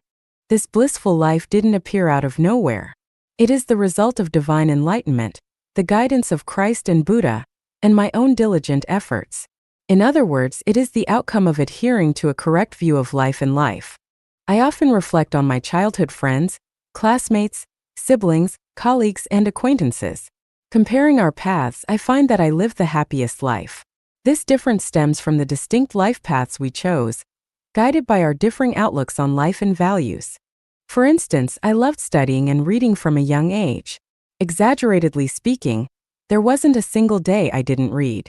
I believed in the saying, "In books there is a house of gold. In books there are beauties like jade." Meanwhile, many childhood friends preferred playing or farming over reading. Initially, we all stood at the same starting line, but over time our paths diverged. When they realized how far behind they had fallen, it was too late to catch up. Whenever I visit my hometown and meet old friends, their feelings of inferiority become evident. To them, I seem extraordinary. My siblings also hold me in high regard, treating me more like an esteemed guest than a family member. I often inquire about my middle school classmates' lives. Of the nearly 50 students in my class, over half have left the countryside to find jobs, earning government salaries. Yet, when I compare my life to theirs, I do not envy any of them. On the contrary, they envy my lifestyle, and I can sense their relative self-consciousness when we meet. To them, I am not just an ordinary person. Comparing myself to my technical school, college, and university classmates, few, if any, have surpassed me. While they focus solely on immediate gains, I looked ahead to 5 or 10 years down the line. For example, even before my child was born, I was already planning for his education in the United States, a foresight my peers could hardly match. Take one close friend from middle school as an example. When choosing schools, I aimed for the one farthest from home, while he opted for the nearest. As a result, I went from Gansu to Zhangjiakou, while he attended a local teacher training school. 30 years later, I am still energetic and thriving, while he appears much older and worn. My colleagues too rarely compare to me. Most are content with the status quo, hesitant to step outside their comfort zones. They cling to the security of stable jobs, and cannot fathom leaving to explore new opportunities. When I decided to leave my job and venture out on my own, they cautioned me. What if you lose your income? What if you have no house? What if you get sick? What if you have nowhere to turn? Today, the problems they worried about are all resolved for me, while they are now grappling with their own what-ifs. My friends are doing well, with the best 6 being department heads. They have solved problems like housing, cars, wives, children, parents, and money better than those around them, earning the respect of their peers. However, they are cogs in a machine while I am the machine itself. I make all my decisions based on my own will, whereas they can only be good cogs in the machine. This is the difference in our mindsets. They still work the 8 to 5 grind while I do what I want when I want. My friends in business are now wealthier than I am. For the past 5 or 6 years, I have been accumulating spiritual and soul wealth, while they have been accumulating material wealth, making it hard for me to compare with them materially. Nevertheless, they will never surpass me in life's ultimate meaning. During a recent gathering after my trip back home, I noticed their overwhelming frustrations despite their immense wealth. Each of them is a multimillionaire, yet they remain troubled, worrying incessantly about business losses, currency devaluation, audits, and disputes with unions over employee issues. One of the wealthiest among them, who owns several enterprises and employs hundreds of workers, lamented, "I've earned enough money to last multiple lifetimes, yet I must keep hustling every day. What else can I do?" His busyness made me feel pity for him. When people are trapped in the pursuit of money, their minds are consumed by considerations of profit and loss. They dismiss spiritual or soul matters as baseless, focusing solely on money as the most tangible and practical means to solve problems. However, no matter how much wealth one accumulates, becoming a slave to money emits a sense of decay. Among the 16 people who went abroad with me, none live as freely and carefreely as I do. I always plan ahead, adapting and improvising when necessary. The old saying goes, preparedness ensures success, while lack of it leads to failure. Life requires foresight, which can be simply understood as having ideals and aspirations. For instance, I began preparing for my move abroad long before it happened. I studied English and resolved to stay permanently from the second day of my arrival. When my contract ended 2 years later, I had seamlessly settled abroad. Others, lacking a clear plan, were at the mercy of fate. Once I set my sights on a goal, I pursue it with unwavering determination. I abandon anything that might hold me back, even if it means giving up titles, records, achievements, jobs, houses, money, and connections. I let myself start from zero. As long as there's a watermelon ahead, I won't waste time picking up sesame seeds along the way. My approach has proven effective. At the slightest dissatisfaction, I walk away. This is my principle. At one workplace, interpersonal conflicts and petty disputes consumed everyone's energy. I thought, this place is not worth staying in. None of this belongs to me anyway. So I left without hesitation. As the saying goes, there is no shortage of green grass under the heavens. Why force myself to get along with incompatible people? If it's enjoyable, we interact. If not, I move on. This attitude toward people, situations, and environments has enabled me to live a life akin to that of a celestial being today. Taiji Celestial has also benefited from my life philosophy. He now enjoys a carefree life, having moved from Shenyang to Rizhao and then to Kunming. Isn't that freedom? One key insight is about ownership. The more you own, the more you are burdened. I avoid ownership because it becomes a tether. I've moved houses almost every year, enjoying the fresh excitement each new environment brings. Owning a house, on the other hand, would tie me down. The more one possesses, the more troubles they have. This is my realization. If any man disagrees, try marrying 10 wives. Or any woman, try marrying 10 husbands. Or any couple, try having 20 children. Or any business owner, try expanding from 1 company to 10 companies. Or try buying 10 large TVs to place in your home, or even 10 large beds if you like. The desire to own reflects a lack of confidence. Ironically, the more you own, the more troubled you become, draining life's precious vitality. A better approach is to own nothing yet have access to everything. That's the essence of a fulfilling life. In the writings of Chen Kuan Celestial, the concept of transforming consciousness is discussed, which is a great treasure for life. People must continuously transform their consciousness. To understand it in a simple way, imagine yourself standing in a certain environment. Looking straight ahead, you see one scenery. Then, turning to your right, you see a different scenery. Turning around to look behind you, the scenery changes again. This is the essence of transforming consciousness. For instance, if a person or environment makes you uncomfortable, don't fixate on it, move on. When one door closes, others open, but only if you stop fixating on the closed one. Do not let a theory, doctrine, or worldview that makes you uncomfortable bind you. Life is short and so precious. Why should I listen to you? Why should I go against my own will and personality to follow your rules? I will live in a way that brings me happiness and joy. Why should I abide by your teachings? Why should I let you block the information I need or deprive me of another possible path in life? My life is mine to decide. I am the most remarkable person. Why should I bow down to anyone? If your temper and personality clash with mine, why should I entangle myself with you? Of course, this requires unconventional thinking. You need to cultivate your own mental strength. When the power of your own thinking surpasses that of a theory or doctrine, you will no longer be bound by it. Traditional ideas are also a kind of mental force, restricting everyone's thoughts and actions. However, if you dare to disdain them, they will lose their grip on you. I've said enough for now, time to stop. 实话实说话人生一 Speaking honestly about life, part 1 being praised feels so good. Deiform Buddha.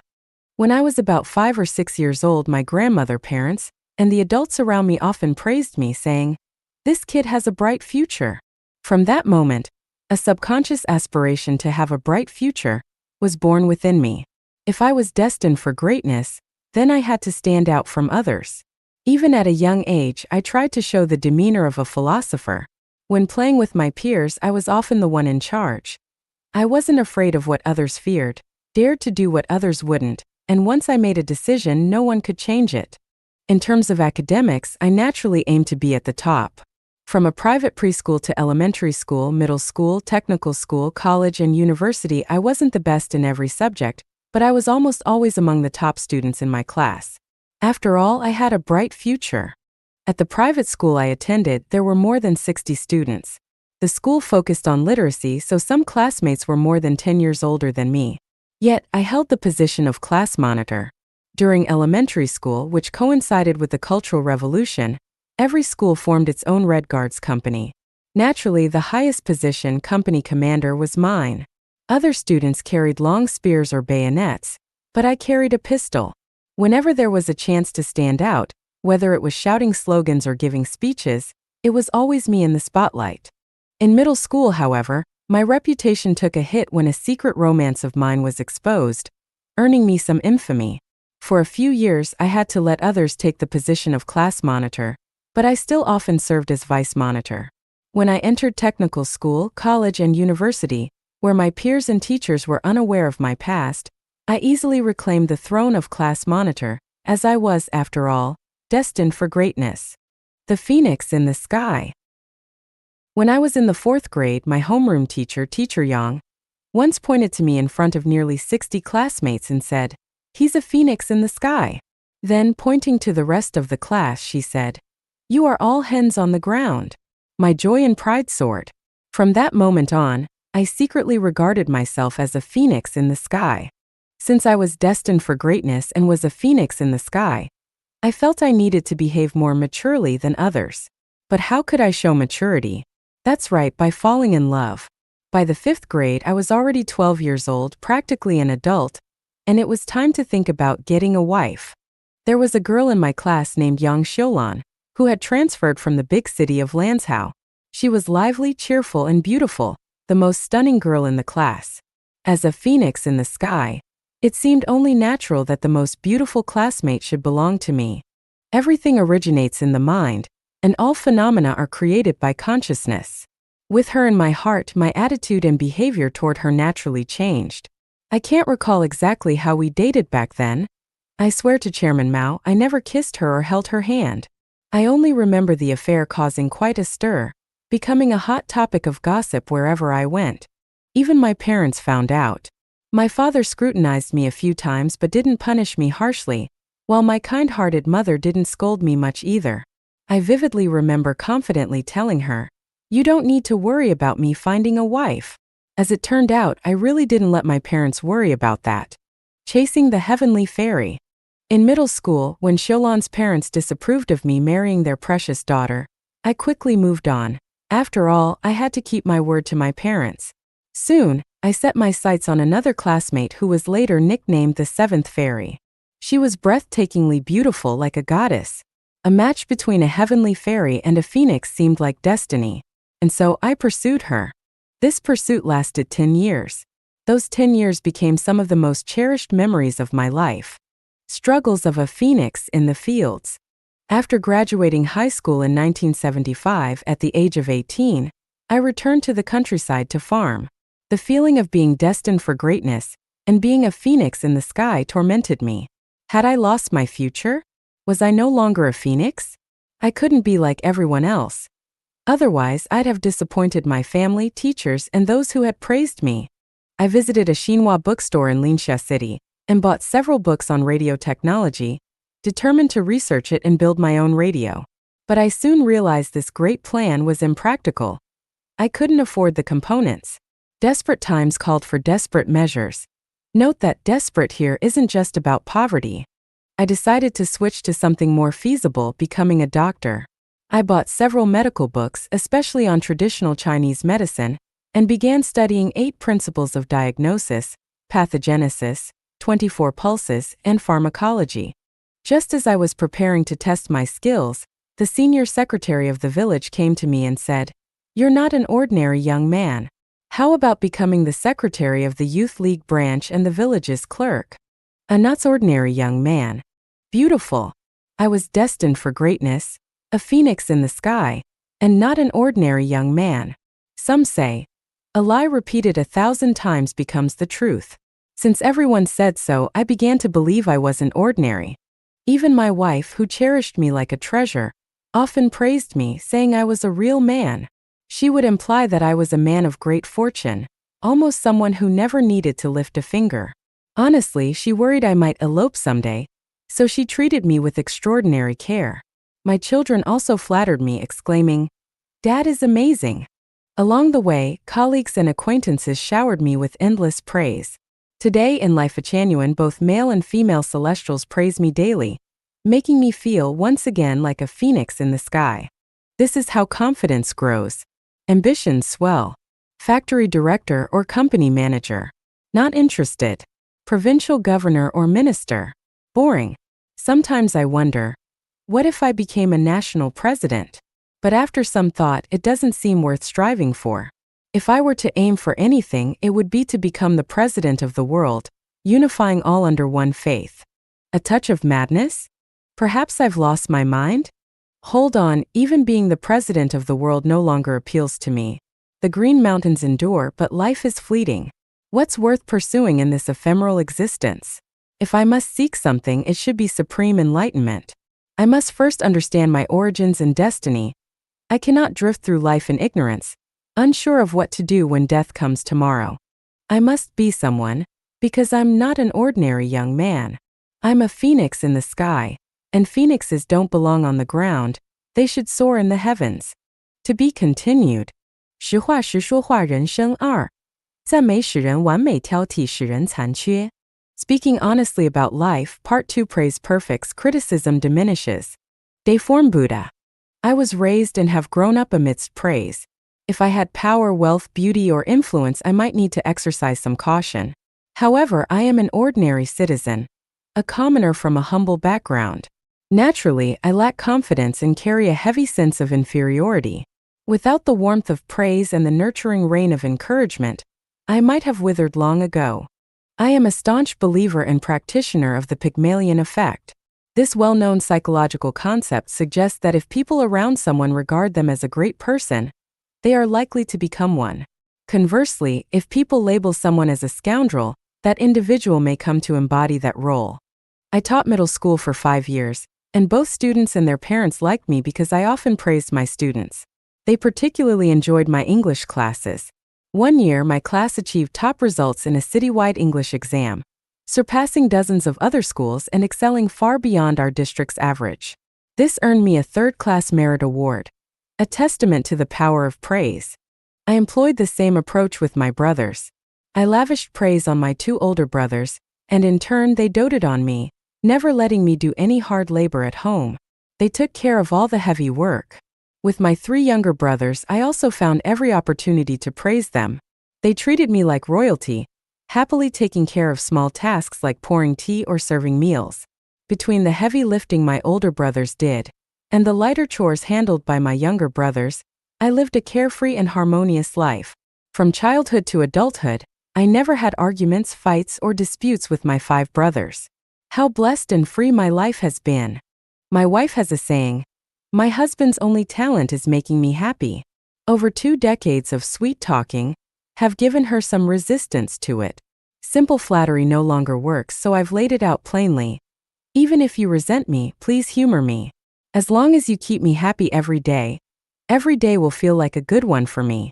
If you make me happy for a lifetime, I'll be eternally grateful. The same applies in reverse.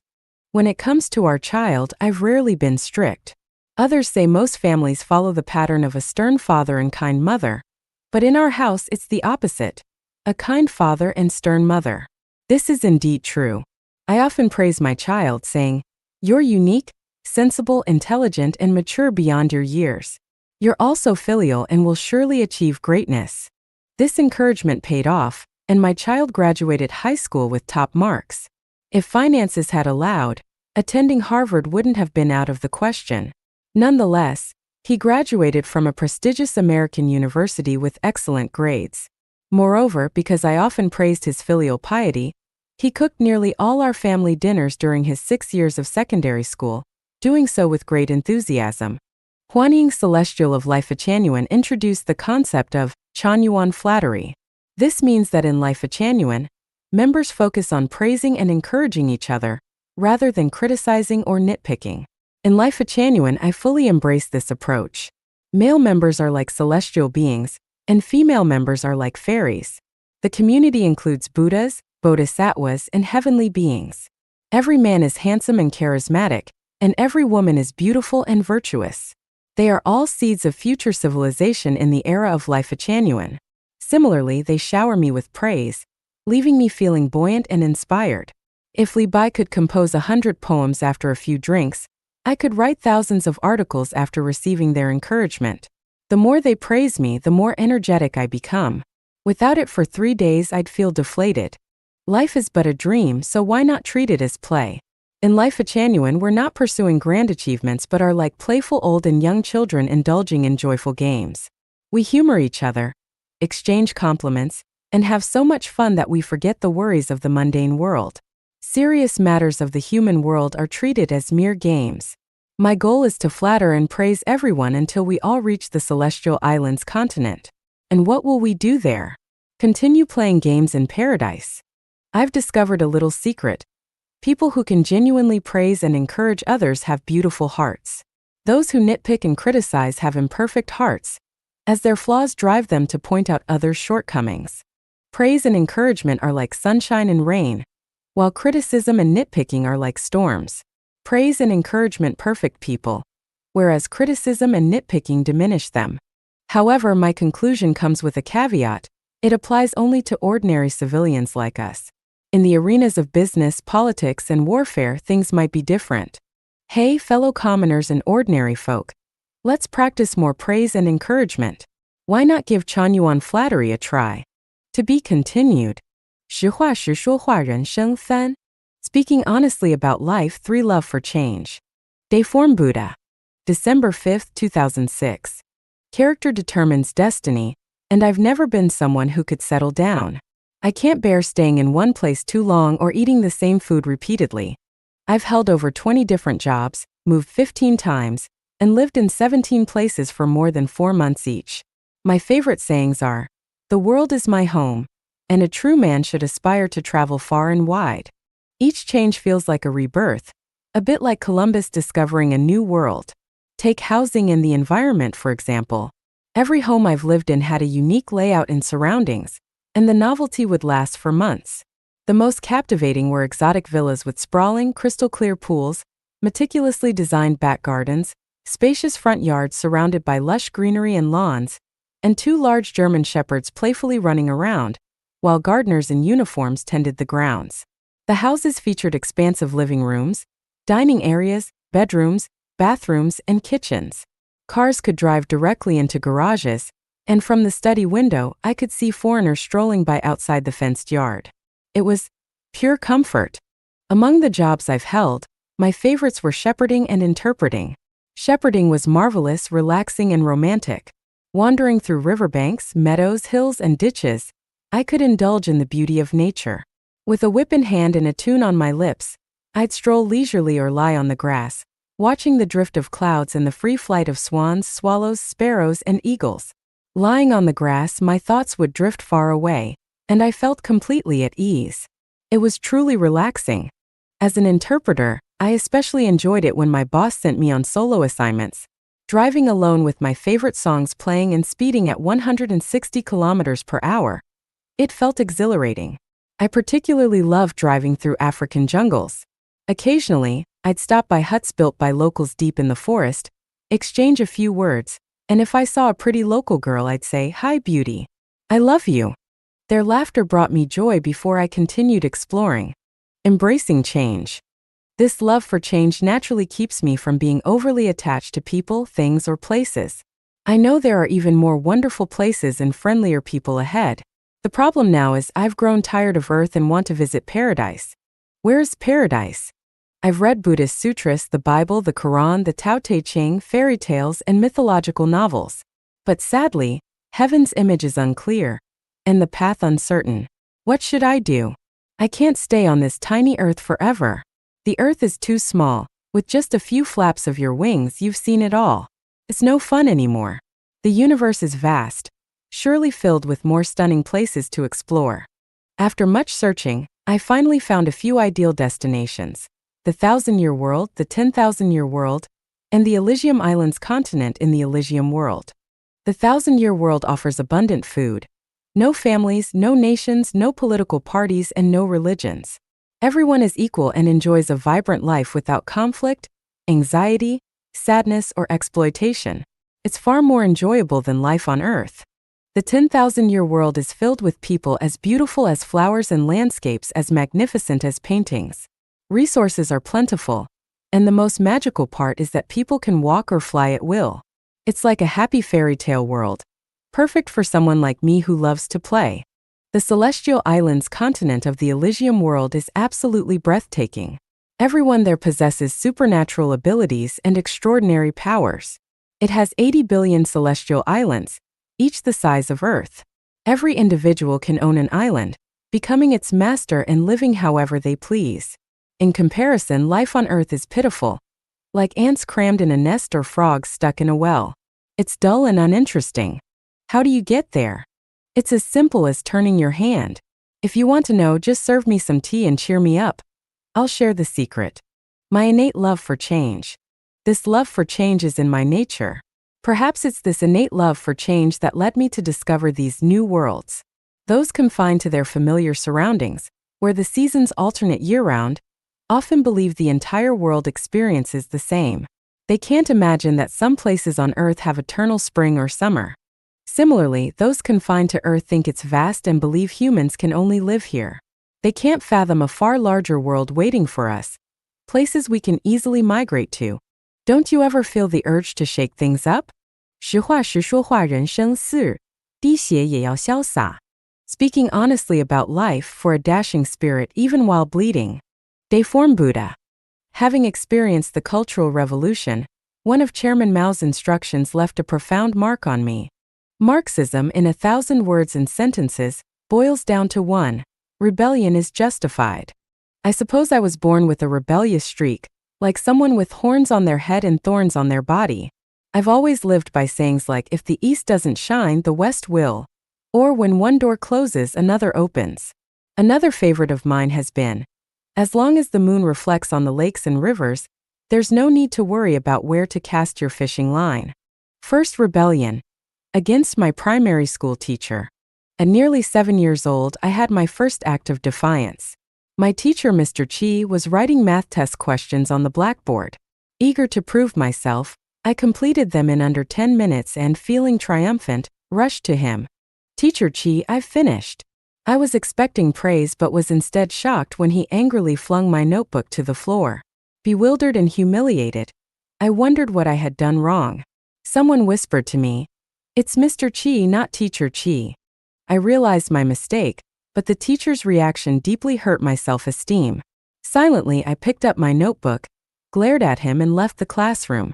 I never stepped foot in it again. Looking back now, I can't entirely blame him. If Mr. Chi had learned English, he might have found Teacher Chi similar to Mr. Chi, and let it slide. Perhaps it was an early sign of my natural affinity for English. Second rebellion. Standing my ground. This was against another teacher during my first year at formal elementary school. A female classmate sitting in front of me had her tooth broken by a rock thrown by another student. The teacher, assuming I was the culprit, asked me to stand up and reprimanded me in front of the whole class. I shouted, "I didn't throw the rock." Eventually, the real culprit confessed, and the teacher told me to sit down.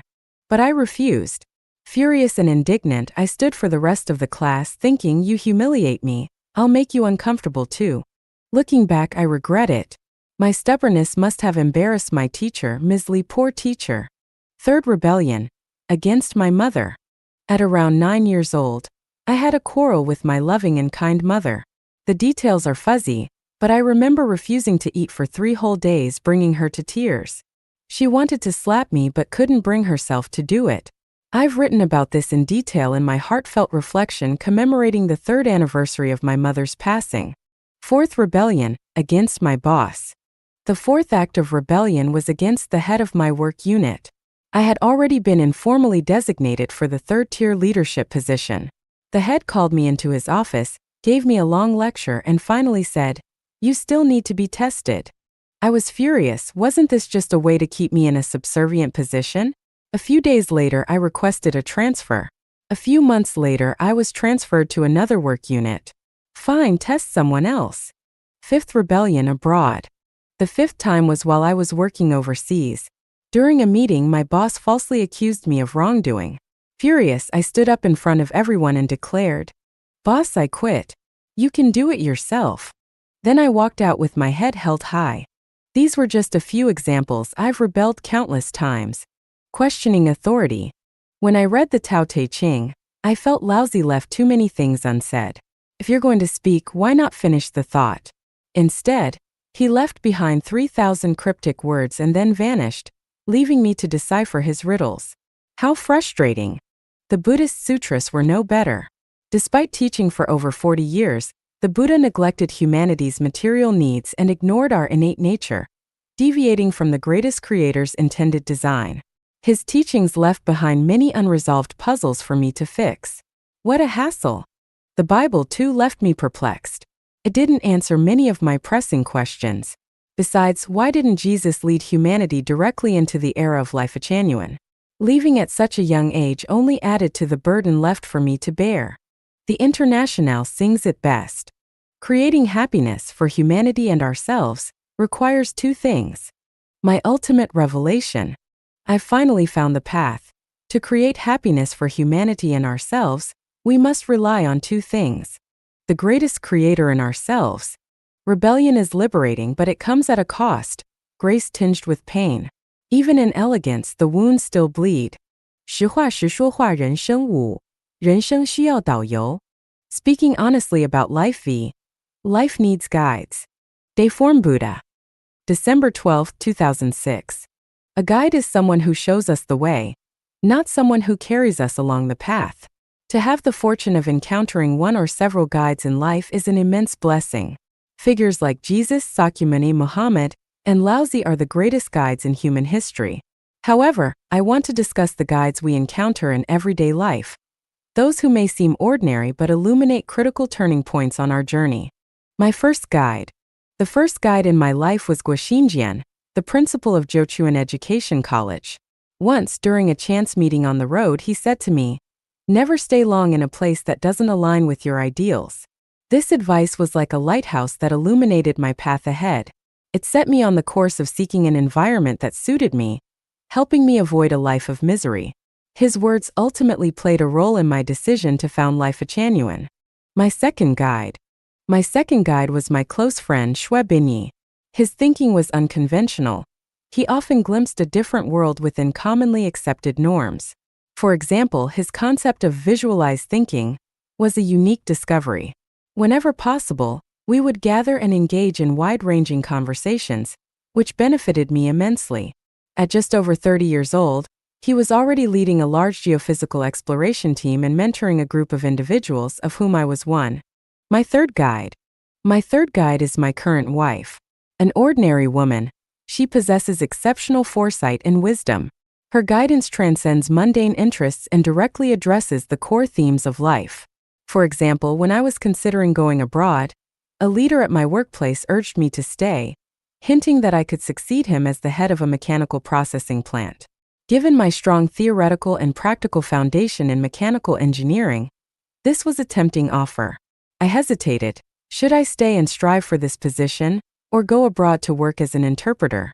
I discussed this dilemma with my wife, and she decisively said, "A true man's ambition should reach far beyond his current circumstances.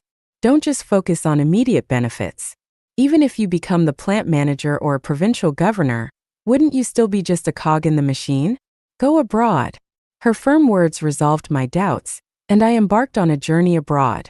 This decision allowed me to experience foreign cultures, engage with people from diverse cultural backgrounds, study the Bible and church, and witness the lives of Christians, all of which laid a vital foundation for the birth of Life-Chanuen. Gratitude for guides. I am deeply grateful to my guides. Without their wisdom, I would have been left to grope blindly, like Xie Sun desperately deciphering the secrets of the dragon saber, or someone lost in the spider's web cave. Every true mentor hopes their disciples will ultimately surpass them. Only disciples who transcend their mentors can be deemed excellent, and only then can the mentor feel fulfilled and joyful. I strive to surpass my mentors to repay their grace and teachings. I regard Jesus, Sakyamuni, Muhammad, Laozi, and Mao Zedong as my mentors and work diligently to go beyond them. I believe my current endeavors align with the wishes of my guides and the purposes of my mentors. Life needs guides and mentors. Life without guides or mentors is a bewildered life, a sorrowful existence. At present, I view the celestial members of Life-Chanuen as my guides and mentors.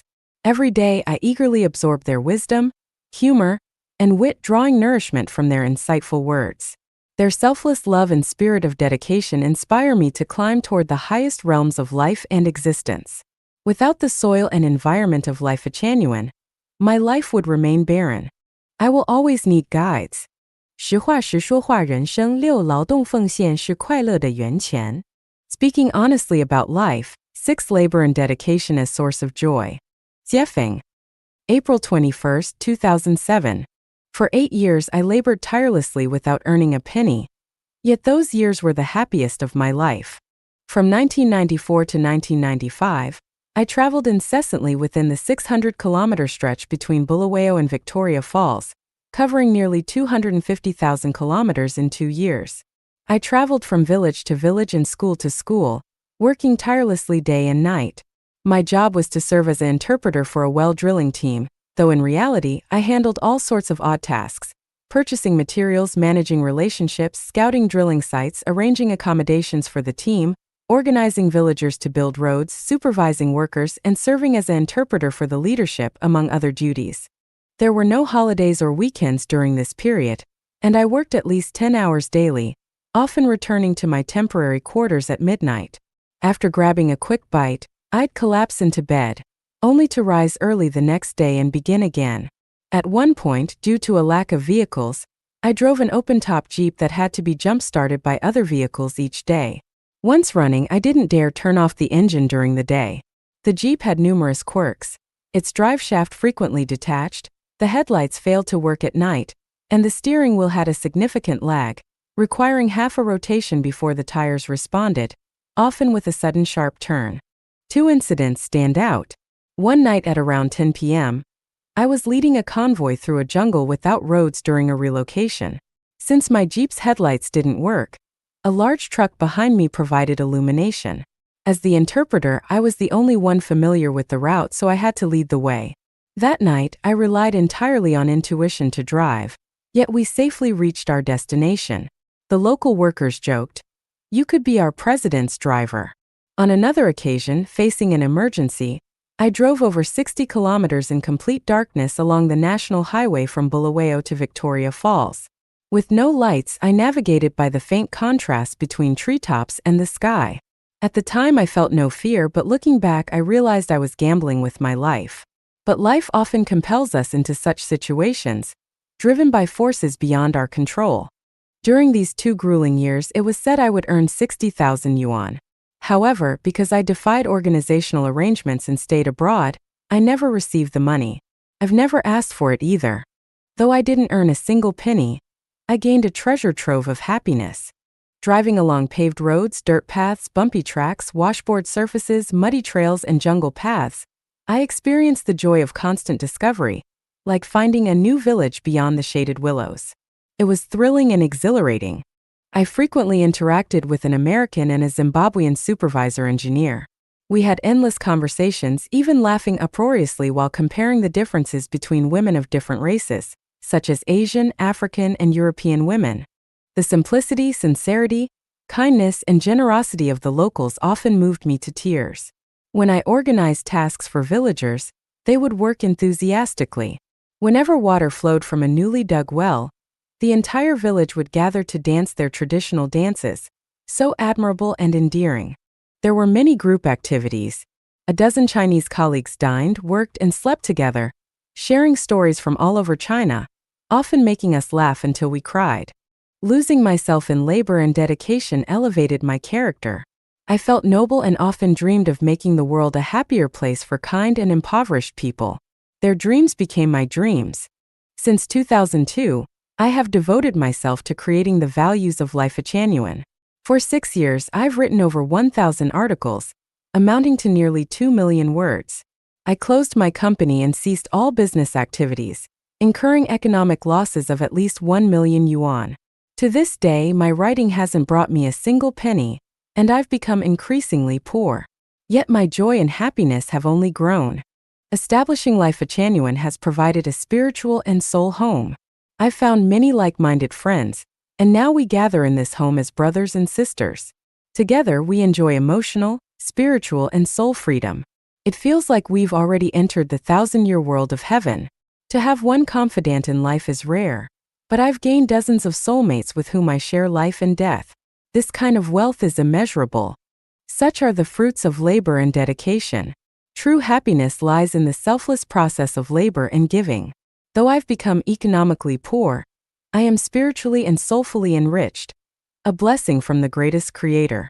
If this spirit spreads widely, humanity will surely enter the blissful Life-Genuine era. Tanda, 好可怕的爱. Oh my God, what terrifying love. Deform Buddha. May 10, 2006. Someone captured a free-flying bird, confined it in a cage to admire, and shamelessly declared, "I love birds." Someone prevented their 8 or 9-year-old child from dressing themselves or playing outdoors, instead forcing them to study incessantly and suppressing their innate nature, yet solemnly and proudly claimed, "I love my child." Someone obstructed their divorced mother from remarrying, self-righteously asserting, "I love my mother." Someone monitored their spouse's every move, flying into a rage at any interaction with the opposite sex, creating chaos at home, disturbing the neighbors and exhausting their loved ones, yet shouted with all their might, "I love him or her." Someone discovered their partner's infidelity and responded with violence and threats, yet swore with conviction, "I love you." Someone stole public assets to embellish their home and felt no shame in proclaiming, "I love my family." Someone adorned their home to be lavish and spotless but swept their trash outside without a hint of guilt, proudly claiming, "I love cleanliness." Someone invaded another country, committing arson, robbery, and murder, yet shamelessly declared, "I love my homeland." Someone recklessly destroyed natural resources while brazenly professing, "I love the people of my hometown. I love the masses." Someone enclosed themselves in a narrow religious bubble, preventing their followers from embracing new ideas and perspectives, yet shamelessly announced, "I love you all." Someone persecuted dissenters and boldly declared, "I love my party. I love my faith." Someone wielded bayonets and embraced atomic bombs with reckless abandon, proclaiming, "I love life. I love peace." A wolf killed a lamb to feed its cubs, its mouth dripping with blood, and proudly declared to the entire forest, "I love my children." Someone indiscriminately dumped trash everywhere, unfazed and unashamed, yet declared, "I love nature." Someone bullied kind and honest people while fervently swearing, "I love God." Oh my God, what terrifying love. 不要以爱的名义对他人进行精神和心灵的控制. Do not use love as a justification for spiritual and soul control. Jiefeng. November 24, 2009. Great love is like a mountain, silent and steadfast. The greatest Creator's love for us is unwavering and eternal, never expressed in human language. If love comes with conditions, if it needs words to be expressed, or if it demands reciprocation, then it is not great love, it is small love. How many loves drift by like passing clouds, ever changing in form? How many loves are fleeting encounters, shifting with the seasons? How many loves begin with solemn vows but wither into lifeless silence? How many loves start with fiery passion, only to decay into stench and rot? Such love is not true love. It is love born of selfish desire. Love that comes with conditions ceases to be love. It becomes a tool for binding and strangling the other under the guise of love. True love is the harmonious dance of two hearts in sync. If you make the other person feel guilty or indebted in the name of love, then you are using love as a means of spiritual and emotional control. True love does not require enticements, promises, guarantees, or obligations. It is entirely voluntary, like the spontaneous collision of clouds charged with opposite energies, the natural merging of two rivers, or the seamless blending of milk and water. Love that relies on money, possessions, power, status, beauty, youth, or any other external factor is selfish scheming, not true love. True love fully respects the other's freedom. If love restricts or robs someone of their freedom, it is not love. It is deception, exploitation, and control masquerading as love, inflicting spiritual and emotional torment. The following behaviors illustrate how love can be misused to exert spiritual and emotional control over others. Emotional manipulation through words and promises. Statements like, "I will love you forever. Without you, I can't live. Apart from you, I will never be with anyone else. I am willing to die for you and dedicate everything to you. In this life, I will never pursue anyone else but you. You are my everything." Remember my words and vows. My love for you is sacred and must not be tainted or desecrated. I love you so deeply that without your love, life is meaningless to me. I'd rather die. Such declarations are not expressions of true love. They are cunning manipulations disguised as love, often the most selfish and ruthless kind. Control through overbearing care.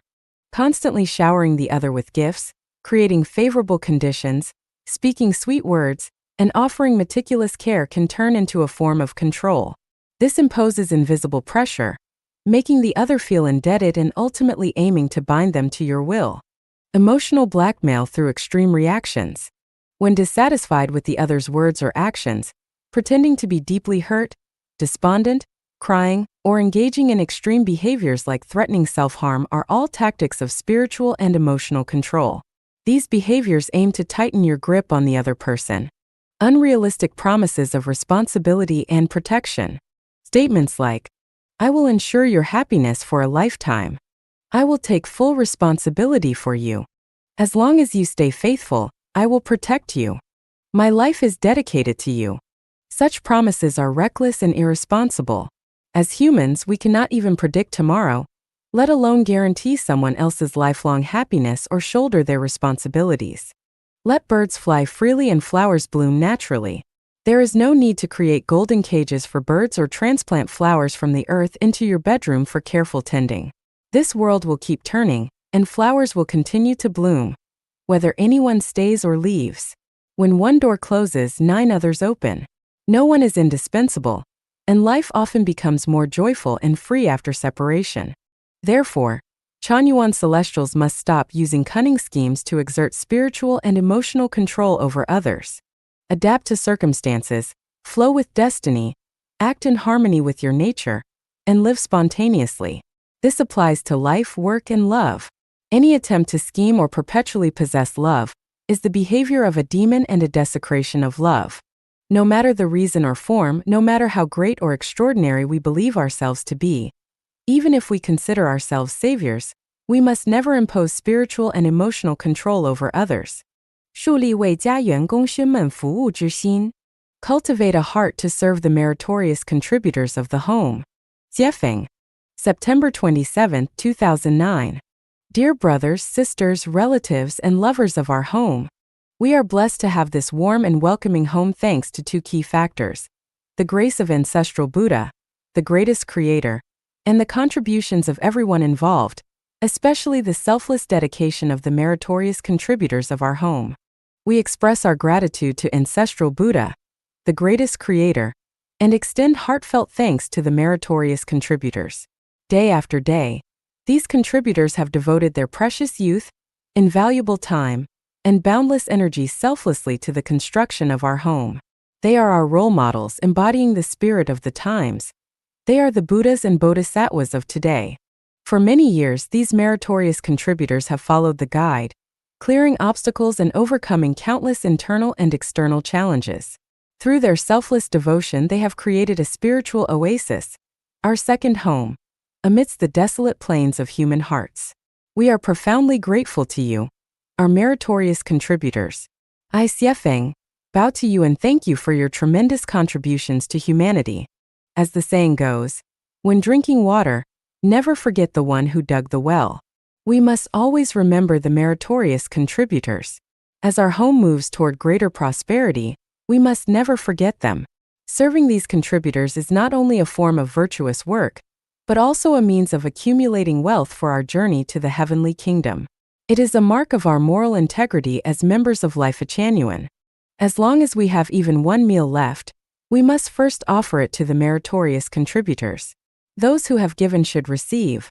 Those who have given much should receive much. This reflects the fairness of the heavenly way and showcases the nobility of our character. Let us cultivate a heart to serve the meritorious contributors of our home, alleviating their worries and ensuring that those who give will gain while those who do not give will not gain. This is the essence of the second home and will define the era of Life Chanyuan. If we act in this way, the ultimate beneficiaries will be ourselves. 爱的警示. A warning about love. Jiefeng. November 24, 2009. Love has its own frequency. Only love of the same frequency can resonate. Love must be sought with love. A loveless heart cannot find love. Money is not love. You cannot find love with money. Power is not love. You cannot find love with power. Fame is not love. You cannot find love with fame. Beauty is not love. You cannot find love with beauty.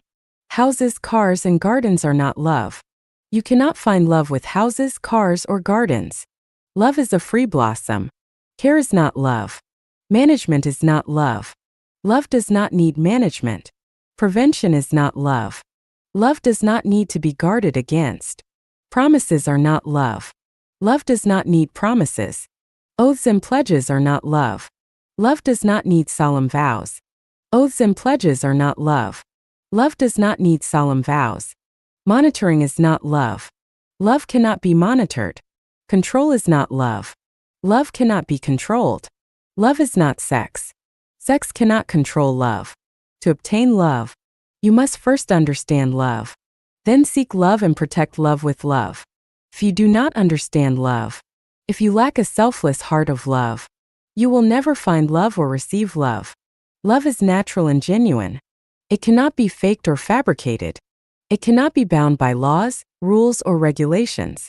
It cannot be sustained through tears, tantrums, or threats. It cannot be constrained by scolding, violence, or coercion. Attempts to monitor, manage, or control love will only backfire, leaving nothing but lifelong regret. If you desire love, seek it with love, and protect it with love.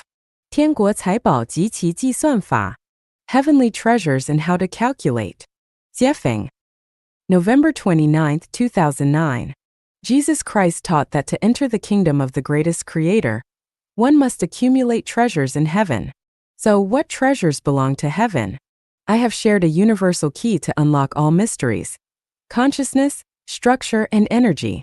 Whether tangible or intangible, all treasures fall under the category of energy. What is energy? Energy is the capacity to form non-material structures and sustain the operation of life and non-living matter. Energy can be classified into three types: material energy, spiritual energy, and soul energy. Material energy includes light, electricity, wind, heat, proteins, chemical reactions, such as those in food nutrition, and various forms of kinetic energy. Spiritual energy refers to elements like friendship, familial love, knowledge, experience, skills, wealth, reputation, status, power, beauty, and other types of potential energy. Soul energy includes faith in the greatest creator, gods, Buddhas, celestial beings, and the kingdom of heaven, belief in and yearning for a bright future, friendship, romantic and sexual affection, wisdom, truth, kindness, beauty, love, music, dance, poetry, and other forms of artistic beauty. Heavenly treasures primarily pertain to soul energy. Material and spiritual energy are not considered heavenly treasures. How to accumulate heavenly treasures? Revering the greatest creator, life, and nature, and following the way of the greatest creator stores treasures in heaven. Selflessly giving love stores treasures in heaven. Resolving grievances and hatred, bringing peace, harmony, and warmth to others in society stores treasures in heaven. Harboring kind thoughts and performing good deeds stores treasures in heaven. Praising the greatest creator and the sages and saints of various traditions, such as Jesus Christ, Buddha Sakyamuni, Laozi, and Prophet Muhammad. Celebrating life, living, others, and protecting nature stores treasures in heaven. Instilling confidence in life, inspiring hope for a better future, and alleviating anxiety, sorrow, fear, and worry in others is storing treasures in heaven. Offering pure, beautiful romantic and sexual love that causes no harm to others' mind, spirit, or body stores treasures in heaven. Fully showcasing your artistic beauty stores treasures in heaven. Actions that deplete heavenly treasures. Blaspheming the greatest creator or insulting gods, Buddhas, celestial beings, saints, and sages. Harming and abusing life. Destroying nature. Harboring hatred, jealousy, complaints, and blame. Engaging in disputes, arguments, fights, competitions, or seizing and plundering others' energy. Creating fear, panic, and deceit.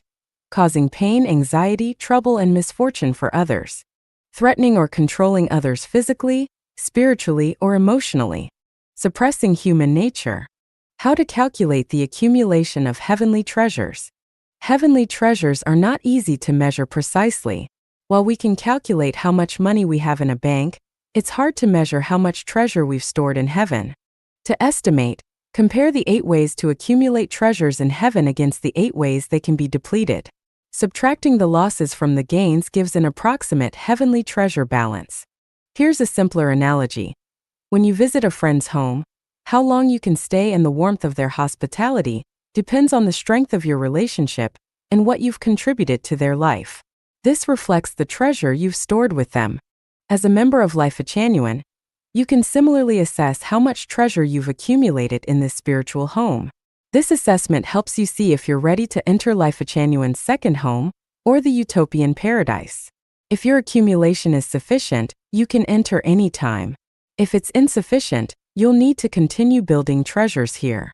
Once you've entered, if you stop accumulating and start depleting your treasures, the day you exhaust your accumulated treasures will be the day you must leave the second home and utopian paradise. The accumulation of heavenly treasures, their calculation, your qualifications for entering heaven, and how long you can stay there can all be understood through these examples. The above primarily answers questions raised by Wanmin Celestial. 做人自然最为美. Being natural is the most beautiful way to be human. Jiefeng. April 11, 2010. The way of the greatest creator is the way of nature. When people emulate nature, follow its course, embrace it and love it, they naturally walk in the way of the greatest creator. Anything deceitful, contrived, excessively artificial, restrictive, or that violates one's innate nature deviates from his way. Look at the natural world. It is so orderly and harmonious. Flowers bloom naturally whether admired or not, whether growing in bustling gardens or desolate wilderness. They bloom as they are without complaint or regret. They do not feel ashamed if no one appreciates them, nor do they resent harsh environments, poor soil, or the brilliance of other flowers. Flowers neither envy nor hate, they simply are. Flowers are Buddhas, the spirits of the greatest creator. Humans should learn from flowers and from nature. What can we learn from flowers and nature? Learn to bloom freely. Whether you are a peony or a wildflower, red or white, as long as you bloom fully in accordance with your nature, you will live without regret. That is to be a Buddha, an angel. There's no need to compare, resent, envy, or blame yourself. Learn to be unique. Every being has its own destiny and value within nature's embrace. The greatest creator has endowed each with distinct traits and a unique path. There is no need to imitate others or mimic their ways. Be true to your unique existence. Grow and fade with the flow of nature, without forcing anything. Learn to be independent. While all things in nature are interconnected, they are also independent. Unlike human society, which often emphasizes relationships, everything in nature thrives on its own vitality, nurtured by the radiance of the sun and moon, and the spirit of heaven and earth. Nature's creations never expend effort to forge connections. They live simply, purely, and happily. Learn to coexist harmoniously. Grass, flowers, trees, mountains, rivers, and stars all coexist harmoniously, regardless of their placement or the challenges they face. They do not bully or oppress one another. Each grows freely without grievance, embracing its circumstances with joy and serenity. Learn to embrace humility. Humans often seek recognition, respect, admiration, and praise, but flowers and other creations in nature never concern themselves with how others perceive them. Even when growing alone, they thrive joyfully and contentedly. They embrace solitude and never act based on others' approval, living freely and unrestrained. Learn to be honest and transparent. While humans can be insincere, hiding their true intentions, nature is candid, sincere, and transparently honest. Its beauty is unreserved and completely genuine. Even animals, when mating, follow principles of mutual consent, never forcing their will upon others. Learn to live in the moment. Humans often dwell in anxiety about the future, burdened by worries and endless preparations. Yet most of nature's creations never concern themselves with tomorrow. They immerse themselves in the present moment, fully enjoying their time. A state of oneness with the Tao that we should aspire to. Learn to give selflessly. Look at the grass. So long as there is water and sunlight, it unfurls its green leaves, embellishing nature with its humble presence. Look at the wildflowers, they bloom beautifully, swaying gracefully, and spreading their fragrance to the world. Birds, after satisfying their hunger, do not hoard but sing and dance in the forest, composing divine symphonies. Nature's creations live without greed or complaints. They never lament misfortune, blame their destiny, or grumble about unfairness. They demand nothing from others and never curse the heavens or the earth for their plight. They give selflessly, expecting nothing in return. Such magnanimity is a lesson for us all. Humans must learn from nature. The teachings of Christ, Buddha, and celestial beings all echo this truth. Being natural is the most beautiful way to live. Deceit and pretense are truly ugly. 新思维变异种瓜不得瓜. New thinking mutation. When you sow melons but reap beans. Jiefeng. April 20th, 2010. Sow melons, reap melons. Sow beans, reap beans is a foundational principle in both Buddhist philosophy and ethical jurisprudence. The way of the greatest creator is the way of nature. From the perspective of the way of nature, it is undoubtedly true that sow melons, reap melons. Sow beans, reap beans. I do not deny this fact or its logic. However, when people deviate from the way of the greatest creator, they may find themselves sowing melons but reaping beans, or sowing beans yet harvesting something else entirely. Consider this: at times when you give your genuine feelings, do you receive insincerity in return? When you give your wholehearted love, do you encounter deceit instead? Is your goodwill sometimes misconstrued as ulterior motives by others? Loving parents have always been many throughout history, but where are the truly filial children? If spouses truly love one another, why can't their love endure forever? Why do they sometimes turn cold and indifferent to each other? When calamity strikes, why do they scatter and flee in different directions? Do these scenarios align with the principle of sow melons, reap melons, sow beans, reap beans? On the way of the greatest creator, it is undoubtedly true. Sow melons, reap melons, sow beans, reap beans. But on paths that deviate from the way of the greatest creator, it often turns into sow melons, reap beans, sow beans, reap melons. In the natural world, it is undoubtedly true. Sow melons, reap melons, sow beans, reap beans. However, in human society, in many cases, it becomes sow melons, reap beans, sow beans, reap melons. To elaborate further, in the soil of selfishness, greed, jealousy, resentment, ignorance, deceit, and cunning, no matter what seeds are sown, they will mutate. In such soil, the result is invariably sow melons, reap beans, sow beans, reap melons. Only in the soil of kindness, honesty, trustworthiness, and selflessness can the principle of sow melons, reap melons, sow beans, reap beans hold true. If you wish for sow melons, reap melons, sow beans, reap beans, you must walk on the way of the greatest creator. On any other path, whatever you sow will not yield what you expect. If you ever find yourself sowing melons but reaping something entirely different, understand this: the soil you are using is problematic. That soil does not belong to the way of the greatest creator. In such a case, either improve the soil or stop sowing anything in it altogether. People, if you wish for sow melons, reap melons, sow beans, reap beans. If you wish for your dreams to come true and your aspirations to be fulfilled, you must walk on the way of the greatest creator. Any deviation from this way will inevitably lead to hope turning into despair and comedy transforming into tragedy. 在衣食住行中修行修炼. Practicing self-improvement in daily living. Jiefeng. May 7, 2010. The closer a place is to you, the farther the journey seems. The simplest melody requires the most rigorous training. To perfect the structure of life, it is essential to avoid aiming too high or chasing unreachable ideals.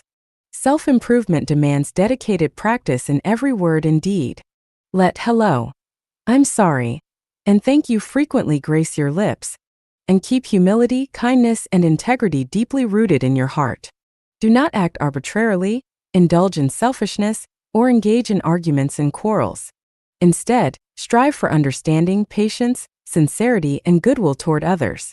Luxury, wastefulness, and arrogance will corrode and ruin your spirituality, while simplicity, purity, and humility will yield boundless benefits. When performing tasks, always pursue excellence. The smaller the task, the more you should aim for the highest standard. When speaking, Ensure your words are meaningful and truthful. Avoid empty talk, exaggeration, or self-deception. The hardest mountains and rivers to overcome are those of ego and rigid opinions. Pain and fear originate from attachment to self and biased perceptions. The simpler a matter seems, the more attention it deserves. The people closest to you often influence the joys and sorrows of your life the most. Do not seek shortcuts or covet petty gains. Be honest, genuine, and steadfast in fulfilling your responsibilities. When facing adversity, do not halt your progress. Refrain from blaming the heavens or the earth, and let go of anger and resentment. Jealousy and complaints are like cancer to the soul. Only with an open and expansive heart can you step into vast and boundless realms. Work diligently every day, trees grow into forests, and small, consistent efforts will ultimately make you a sage. 自然之道努力与等待. The way of nature, striving and waiting. Jiefeng, June 22, 2010. What is the saddest thing in life? The wise and the compassionate may have different answers. Some say, the greatest sorrow is parting from loved ones.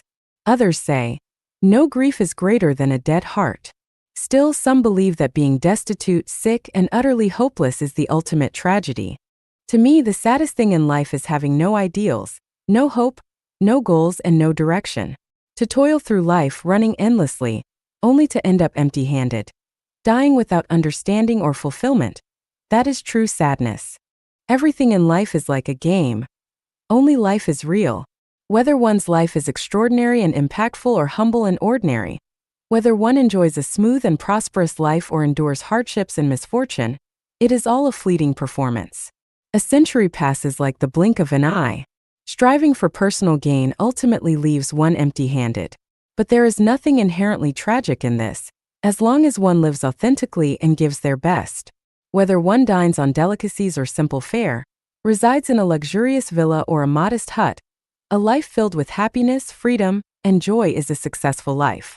Regardless of one's status, fame, or fortune, a life that is colorful, diverse, and free of monotony is rich and fulfilling. Life is a journey of life on earth. The most important question to ponder is, where does this journey lead? Everyone is a traveler, a passerby in this world, but the destinations differ. Broadly speaking, life has 8 possible endpoints. The heavenly realm, the Elysium world, including the 1,000-year world, the 10,000-year world, and the celestial islands continent. Returning to the human world, the animal realm, the plant realm, the netherworld, the frozen layer, or the fire refinement layer. Choosing the destination before embarking on the journey is life's most critical task. This means first setting a clear direction and goal, then steadfastly working toward it. With a clear direction, life becomes simple and purposeful. Without it, life is chaotic and aimless, leaving one busy and exhausted, only to find themselves at a sorrowful destination in the end. As Chanyuan Celestials of Life Chanyuan, we follow the way of the greatest creator. Our destination is the 1,000-year world, the 10,000-year world, and the celestial islands continent. Our life's path is clear, to climb steadily toward these realms. Once the direction and goal are set, all that remains is to move forward. Whatever we encounter along the way, whether sunny skies or stormy weather, wide highways or narrow paths, towering mountains or vast plains, it is all part of the scenery. Appreciate it all without attachment, hurry, worry, or fear. Open your heart to the beauty of the sun and moon. Gaze at the distant green mountains and walk with ease and grace. The way of the greatest creator is the way of nature. Everything must be achieved naturally. Being overly eager to attain something or reach a goal violates this principle. When the melon is ripe, it falls from the vine. When water flows, a channel forms. This is the way of nature. Forcing or hastening things goes against the natural flow. Conscious effort must be combined with letting things take their course. Without deliberate effort, one may wander aimlessly, lost in confusion, unable to escape the labyrinth of life or the 36-8 diagram arrays of Tao. But without a mindset of natural acceptance, one becomes anxious, competitive, and impatient, leading to unintended consequences. 30% effort, 70% destiny. To achieve something, fulfill a wish, or realize an ideal, personal effort accounts for 30%. The remaining 70% depends on destiny, on the greatest creator, the way, the program, timing, location, and harmony. These are nature's factors. Human wisdom and effort are inherently limited. If the timing is wrong or the circumstances are unfavorable, all efforts will be in vain. Effort is essential. Heaven helps those who help themselves. There is no free lunch, and the heavens won't drop gifts into your lap. Without effort, one drifts aimlessly, straying from their course and being swept away by the tide. Yet while striving is necessary, success also relies on divine timing, requiring patience and readiness to wait. It's like planting a watermelon. After sowing the seeds, watering, fertilizing, and clearing weeds, we must wait for it to ripen. A watermelon has its own growth and maturation period, and no amount of haste can shorten it. 10 months of pregnancy lead to 1 day of birth. Rushing achieves nothing. As I always say, adapt to circumstances, flow with the changes of fate, act according to your nature, and respond to situations as they arise. This is the way of nature. 挣脱锁链奔向自由 breaking free from chains and embracing freedom. Jiefeng. June 27, 2010. The purpose of self-improvement and cultivation is to escape the sea of suffering and reach the other shore, to break free from the constraints of the kingdom of necessity and arrive at the kingdom of freedom. More specifically, it is to transcend the mortal world and ascend to heaven. Does heaven truly exist? From a theoretical perspective, heaven appears elusive, intangible, mysterious, and almost dreamlike, something that seems both real and unreal, difficult to believe in, and akin to an illusion of the mind. However, for those living in the second home established by Life Changyuan, the existence of heaven becomes an undeniable reality. People can indeed live in heaven. We have experienced it firsthand and deeply felt its presence. By gradually approaching heaven, we have come to understand that as long as we follow the roadmap to the kingdom of heaven, we can not only experience heavenly life along the journey, but also ultimately reach our destination. The facts speak louder than words. Heaven exists. What is heaven? It is the celestial realm, Buddha's land, the other shore, the kingdom of the greatest creator, higher level life spaces, the kingdom of freedom, the heavenly kingdom, and so forth. To escape the 3 realms and transcend the 5 elements is to break free from the kingdom of necessity and enter the kingdom of freedom, heaven. We now understand that reaching heaven requires overcoming 2 great mountains. One is the mountain of inevitable programs, and the other is the mountain of the Egypt of the soul. The inevitable programs include marriage, family, ethnicity, nation, religion, political parties, and the existing social order and way of life in human society. To reach heaven, one must transcend these programs. If one cannot, heaven will remain unreachable. The Egypt of the soul refers to traits such as jealousy, comparison, resentment, arrogance, anger, possession, control, hatred, dogma, religious commandments, conflict, greed, laziness, intentionality, and so on. Without clearing these mental impurities, one cannot reach heaven. The 3 realms are but mind, and all laws are but consciousness. The environment is created by the mind. Reality is the projection of consciousness. Ultimately, whether we can break free from the chains, cross the 2 mountains, and escape the kingdom of necessity to reach heaven is entirely a matter of consciousness. At its core, this is a question of whether one can attain enlightenment. With enlightenment, all obstacles dissolve. Without it, one remains in darkness, unable to see light regardless of effort, and unable to reach heaven no matter how hard they practice. Enlightenment is a profound subject concerning life and life. It relies on spiritual perception, adherence to truth, scientific principles, and logic. It demands deep contemplation, an understanding of 20 parallel worlds in 36-dimensional spaces, and grasping the essence of time and space. Enlightenment requires knowing the origins of the universe, life, and humanity, understanding one's place in the universe, and being clear about the purpose, value, and meaning of life. Enlightenment requires knowing the connotation of life and the scientific principles of reincarnation. Achieving enlightenment through personal knowledge, experience, and wisdom alone is nearly impossible, as life is too short and time and energy are insufficient. Enlightenment requires drawing from the collective wisdom of humanity, especially that of sages, saints, and enlightened beings such as Jesus, Buddha, Laozi, Muhammad, and others, along with the laws discovered by scientists. Only by absorbing and integrating these insights, and pursuing truth with steadfast resolve and a great spiritual aspiration, can one attain enlightenment.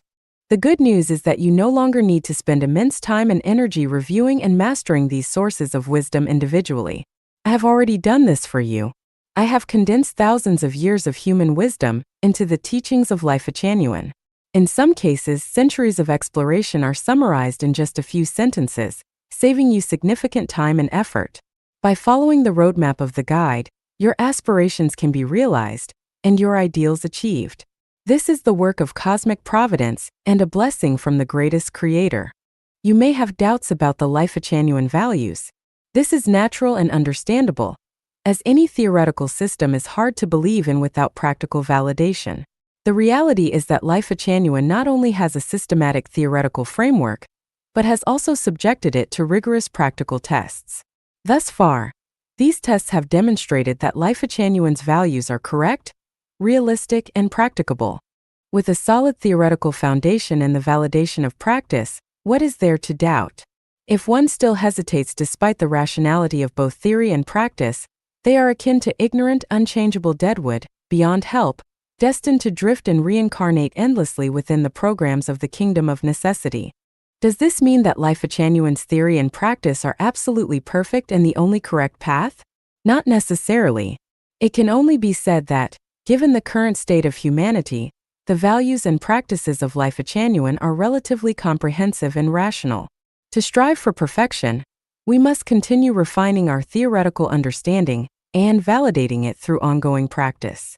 It is essential to maintain an open mind, embrace new ideas, perspectives, and methods, and remain vigilant against turning Life Genuine into a new form of religion or allowing it to devolve into ideological authoritarianism or dictatorship.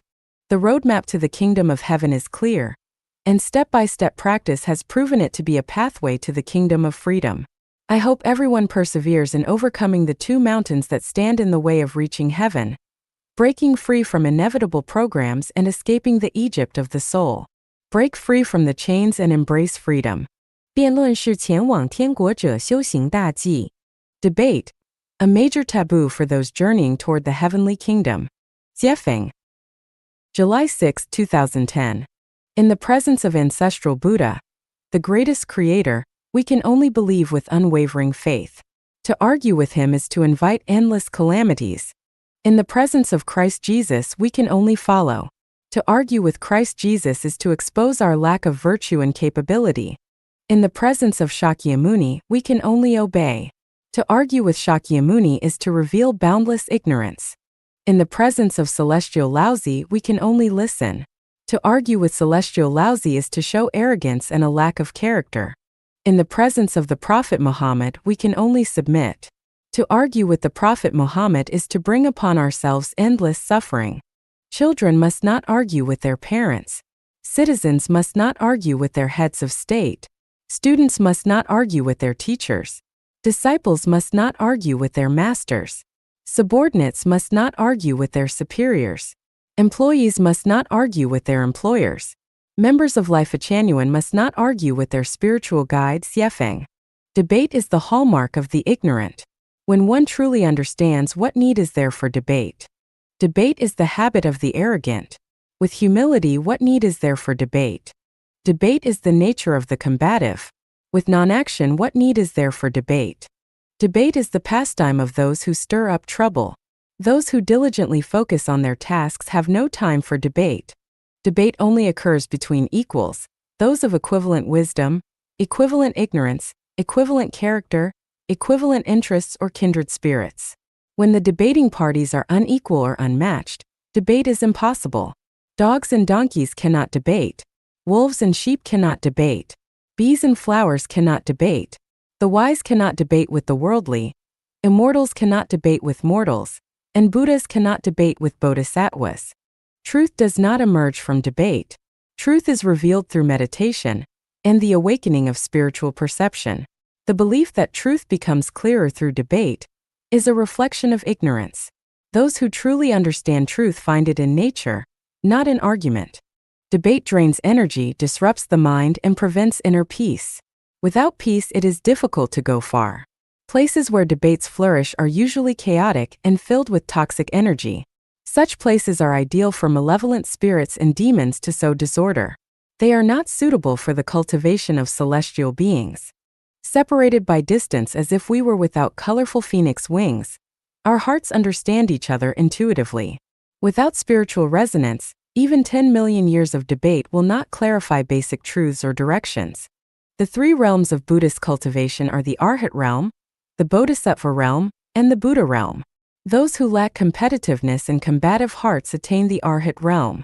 Those who are free from attachments to self, others, beings, lifespan, dharma, or non-dharma, and who remain unattached to merits while possessing merits, attain the Bodhisattva realm.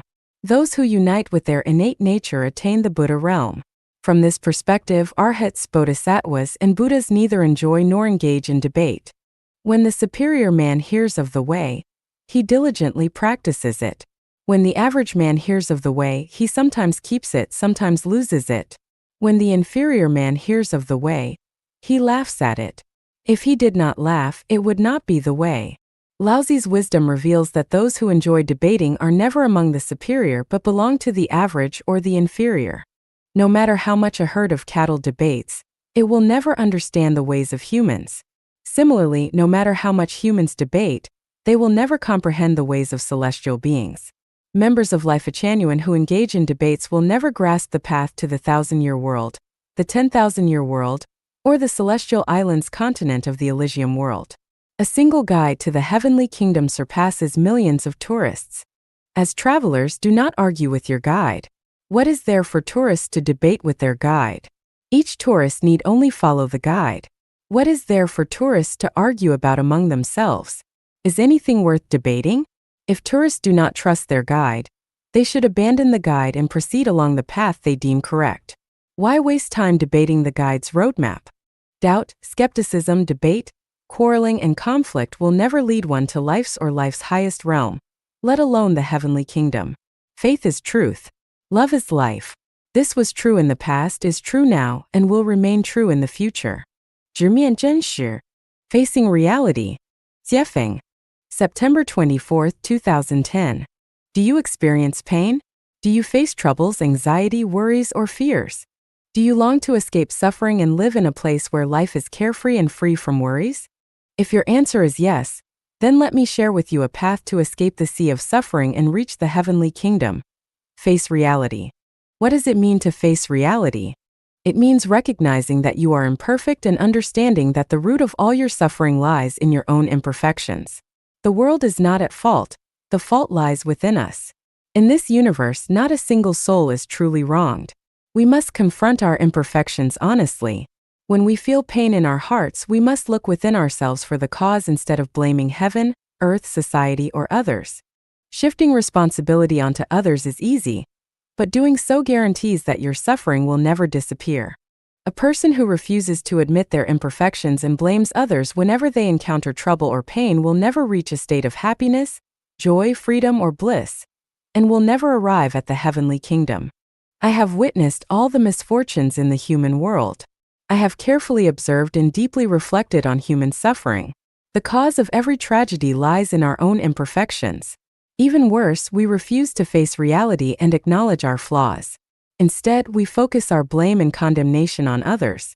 Living this way is excessively hypocritical, illusory, vain, and deeply unfortunate. By avoiding ourselves and fearing to confront who we truly are, we condemn ourselves to endless suffering. 傲慢是由于无知. Arrogance stems from ignorance. 接缝. September 24, 2010. The universe is infinitely profound and boundless, while humans are so insignificant that, at times, it seems we are merely another form of biological life. Humans are like circles. The smaller the circle, the smaller the external world. The larger the circle, the larger the external world. In other words, the richer a person's inner content and the deeper their understanding of the universe's mysteries, the more they recognize their own ignorance, and the more likely they are to exhibit humility, modesty, and unpretentiousness. Conversely, the shallower a person's inner content and the less they understand the vast world, the more ignorant they are, and the more they regard themselves as exceptional. Such individuals are prone to anger, stubbornness, rigidity, and dissatisfaction with others. They frequently assume they are always right, finding fault here and there. This mindset causes them to become increasingly aloof, arrogant and disrespectful. I can state with absolute certainty, arrogance is entirely born of ignorance. Arrogance stemming from ignorance is a touchstone for evaluating the depth of a person's inner content. If we encounter someone whose gaze, tone, or behavior reveals arrogance, we can conclude that this person is ignorant, a decorative pillow stuffed with straw, all appearance and no substance. 禅院草屋必诚实. Chanyuan celestials must be honest. Jiefeng. November 14, 2010. Kindness, diligence, honesty, simplicity, and trustworthiness are the qualities of a perfect person and essential prerequisites for those seeking to enter the heavenly kingdom. Honesty is the best policy. All lies and deceit ultimately lead to self-harm. The wisest individuals are honest. Those with perfect spiritual essence are honest. Those who follow the way are honest. The most intelligent people are honest. The citizens of the heavenly kingdom are all honest. To attain joy, happiness, freedom, and bliss, one must be honest. To free oneself from troubles, suffering, sorrow, and anxiety, one must be honest. To journey to the heavenly kingdom, whether to the 1,000-year world, the 10,000-year world, or the celestial islands continent of the Elysium world, one must be honest. Without honesty, everything else is meaningless. Lies, deceit, trickery, cunning, and duplicity are tickets to hell. Playing petty tricks is the hallmark of the foolish. You must be honest. You must face yourself truthfully. You must seek truth from facts and speak truthfully.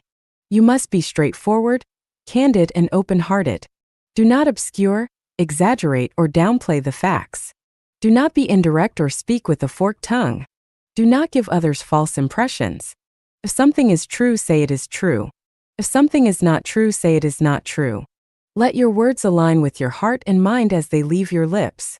I come from the heavenly kingdom and know the affairs of the three realms. The final destination of an honest person is beautiful, while the final destination of a deceitful person is tragic.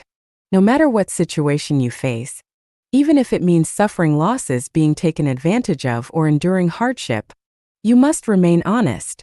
It is better to die with honesty than to live with deceit. To die honestly is to live in truth. To live deceitfully is to perish in illusion. I am a speaker of truth, and my words are without falsehood. As long as you are honest, I guarantee that you will have a beautiful reality in future. 常常在太阳下暴晒. Frequently expose yourself to the sun. Jiefeng.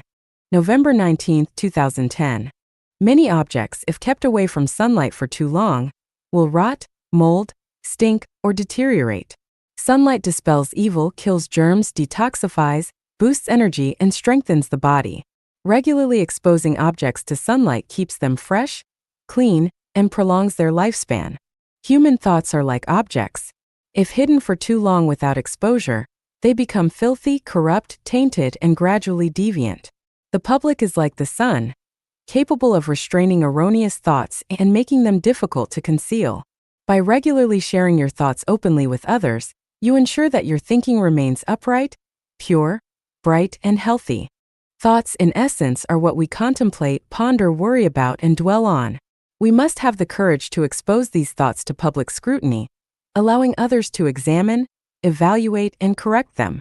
By doing so, we can maintain clear and proper thinking. If we shy away from sharing our thoughts, they can easily lead us to incorrect actions, disrupt our lives, and, in severe cases, take us down a path of evil. A bright, open, and honest life is a life lived in the sunlight. A life in the sunlight knows no darkness or filth. Someone who frequently has the courage to reveal their thoughts and worries publicly, even if those thoughts are wrong, absurd, laughable, or ridiculous, is nevertheless lovable, respectable, bright, and simple and honest. Thus, regardless of what we think, feel, or worry about, it is crucial to regularly expose these to the light of day. This practice is essential for refining and elevating our character. 自私是烦恼之源. Selfishness is the source of worry. Jiefeng. November 29, 2010. Do you have worries? Take a moment to think carefully. Trace the root cause of each instance of worry and conduct an analysis. You'll eventually find that the source of our worries is not other people, society, or nature, but our own selfishness. Whenever we begin a thought or action with our own interests in mind, troubles, distress, anxiety, and pain inevitably follow. Life is filled with unpleasantries. 9 out of 10 things often don't go as we wish. Why is this? The root cause lies in selfishness. You are selfish. He is selfish. I am selfish. The entire human society is a swamp of selfishness, and thus no one can escape pain. The wars and conflicts between nations, ethnic groups, religions, political parties, and interest groups, all of which result in worry, stem from human selfishness. Likewise, the disagreements, estrangements, clashes, and disputes between siblings, relatives, friends, colleagues, and all individuals originate from selfishness. Emotions like jealousy, resentment, anger, blame, criticism, and laziness, as well as greed and possessiveness, are also rooted in selfishness. The desire to own, occupy, dominate, or seize stems from the same source. Wherever selfishness goes, it leaves fear and unease in its wake. Wherever selfishness passes, troubles, distress, worries, pain, sorrow, and anxiety grow like wild grass, inseparable and ever-present. What you sow, so shall you reap.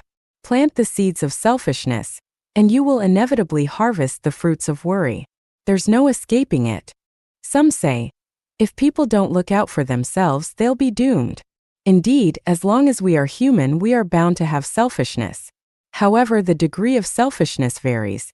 The deeper the selfishness, the greater the worries. The lesser the selfishness, the fewer the worries. To free yourself from worries, you must reduce selfishness.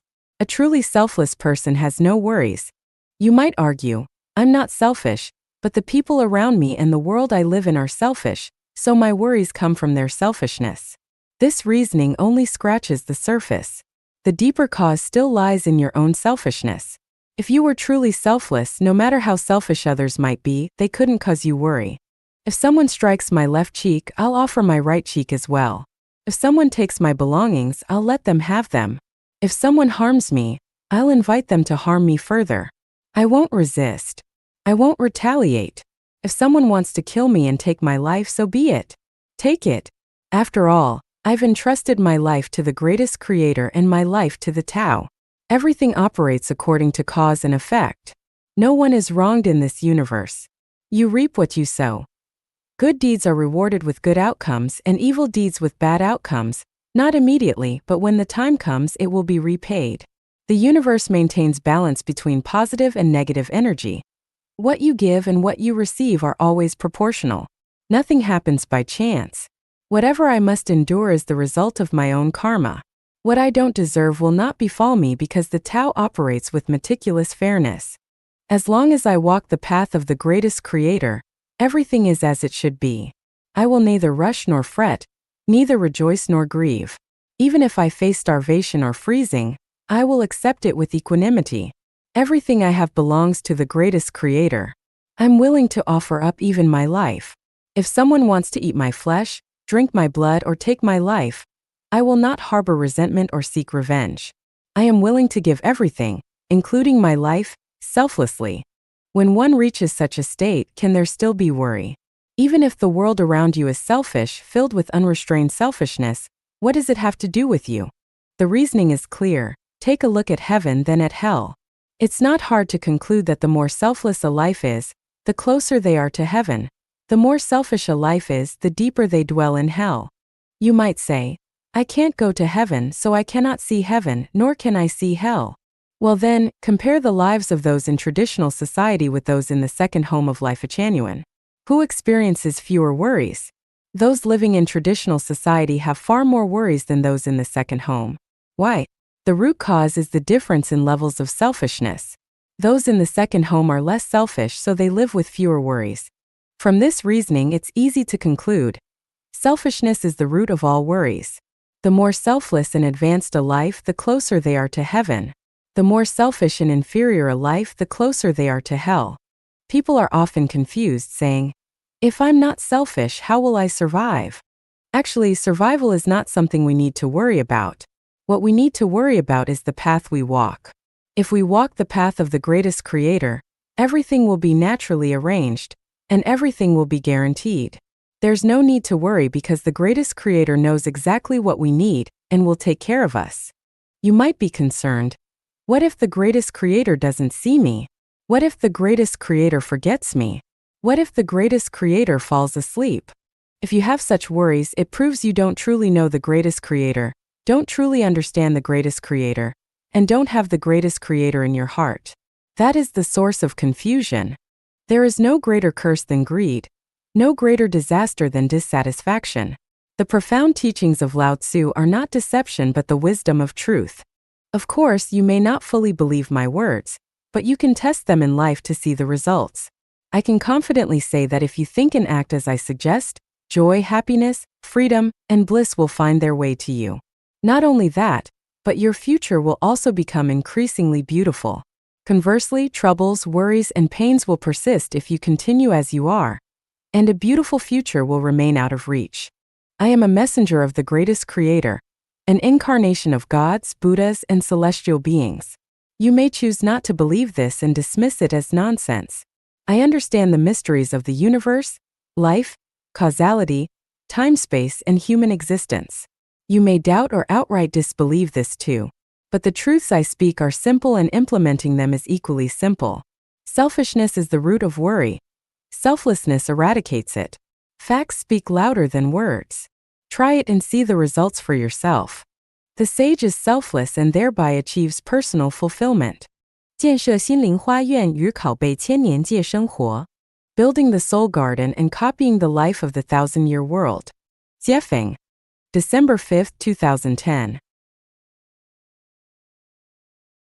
By combining theory with practice, consciousness with action, cultivation with self-improvement, and essence with manifestation, we ultimately strive for consistency in word and deed, harmony inside and out, unity between heaven and humanity, and oneness with the Tao. Eliminating all forms of pretense and deception is one of the paths for the sublimation of Chanyuan celestials. Pretense and deception lead to a split between divine wisdom and human intelligence, alienating people from the greatest creator, truth, from nature, and causing the separation of spirit from body, the mind from truth, kindness, beauty, love, faith, and sincerity, and life from its source. This results in confusion and chaos in life, driving life further away from the greatest creator and toward more painful and sorrowful spaces. Words reveal the heart, and actions reflect intent. A single lie or insincere statement exposes inner pretense and cowardice. A false expression that does not come from the heart or an unnatural gesture betrays anxiety and hypocrisy within. A society filled with falseness inevitably distances itself from truth, kindness, beauty, love, faith, and sincerity. Such a society becomes chaotic, restless, and haunted by drifting souls, a society of misery and misfortune. Similarly, a person radiating falsehood is someone lacking faith, a foundation, and inner peace, burdened by envy, resentment, hatred, selfishness, greed, and arrogance. Such a person is bound to suffer from continuous troubles, anxiety, fear, and pain. Facts are the standard for assessing the state of the soul. Each individual can examine their inner world through their deeds to determine whether it is beautiful or ugly. If our words and actions are inconsistent, and we emit falseness to those around us, then our soul is in a state of ugliness and chaos. We must continuously verify our progress through facts and measure the level of our cultivation through self-improvement. Regardless of how eloquent or beautiful our words may sound, if our actions are filled with pretense and falsehood, our noble ideals, aspirations, and future will be nothing more than illusions. To build the soul garden is to clear out its filth and waste. What constitutes the filth and waste of the soul? These include jealousy, comparison, complaint, resentment, indignation, anger, hatred, blame, pretense, falsehood, arrogance, cunning, cruelty, cowardice, selfishness, greed, laziness, sloppiness, disorder, pessimism, negativity, flattery, sycophancy, doubt, despondency, worry, melancholy, and depression. In their place, we should cultivate and nurture truth, kindness, beauty, love, faith, sincerity, tranquility, harmony, openness, selflessness, diligence, courage, cleanliness, orderliness, simplicity, honesty, optimism, and positivity in our soul garden, allowing these virtues to flourish. Regularly test the state of your soul's garden through life experiences. One whose garden is well-built lives each day with joy, happiness, freedom, and contentment, filled with gratitude and rarely consumed by anger, complaints, or hatred. The ultimate test is whether we can harmoniously integrate into the copied life of the thousand-year world. The first step is to see if we can live harmoniously in the second home on Earth. The second step is to integrate seamlessly into the copied life of the thousand-year world. The third step is to transition from the copied thousand-year world life to that of the 10,000-year world, and finally, to enter the celestial island continent of the Elysium world. Theories must be validated through practice. The reality of the heavenly kingdom must also be confirmed through practical steps. The progress of our cultivation and self-improvement must be tested through daily life. Anything that cannot withstand scrutiny is illusory, devoid of true value, a waste of time and self-deceptive. Whether we ascend or descend, the most effective method is to choose the correct reference frame and object of comparison. Without such a guide, it is difficult to grasp the standard. Our current reference frame for ascension is the thousand-year world, and the reference model is the awareness and lifestyle of the celestials within it. Let us take the thousand-year world as the standard for ascension and build the soul garden accordingly. Through the upcoming copied life of the thousand-year world, we can validate and perfect ourselves, laying a solid foundation for achieving our ultimate aspirations. 不要以消极悲剧惩罚亲人. Do not punish loved ones with negativity and tragedy. Jiefeng. December 22, 2010. Disagreements, arguments, and dissatisfaction are inevitable when interacting with loved ones. When misunderstandings, disagreements, or frustrations arise, how should we handle them? Remember, never resort to negative, destructive, or tragic emotions and methods to address or resolve them. Many of life's pains, worries, and tragedies stem from incorrect ways of handling relationships with loved ones. Children often use tantrums and crying to coerce their parents. However, children who frequently cry and throw tantrums tend to be less likable. Parents should correct such behavior promptly, encouraging children to express their wishes clearly and helping them resolve their concerns. Otherwise, children who rely on crying and tantrums may grow up to experience frequent dissatisfaction in life. Parents sometimes respond to disobedient children with harsh words or threats, even going so far as to declare that they'll sever parent-child relationships. This is not ideal. Instead, parents should remain calm and use gentle reasoning to guide their children with understanding and care. Between spouses, it's common to see arguments resolved with dramatic acts like crying, yelling, or threatening suicide, or escalating to insults, violence, or even threats with weapons. Such approaches are utterly wrong and only exacerbate conflicts, making reconciliation even harder. Among siblings, in-laws, or extended family, disharmony is often dealt with through cold indifference, gossiping behind each other's backs, blame, avoidance, or cutting off contact. These methods not only fail to alleviate inner frustrations and conflicts, but also deepen life's pain and misfortune. Every year, hundreds of thousands of people commit suicide worldwide, and strained family relationships are a significant factor in many cases. Often, suicide is not born out of genuine despair, but is an extreme attempt to punish their loved ones. This method of punishment leaves those left behind devastated, racked with guilt, and in unspeakable pain. Crying, yelling, throwing tantrums, losing one's temper, hysterical outbursts, breaking things, indifference, blaming, jealousy, ignoring, constant criticism, insults, suppression, verbal abuse, physical violence, hurtful remarks, running away, severing ties, or suicide.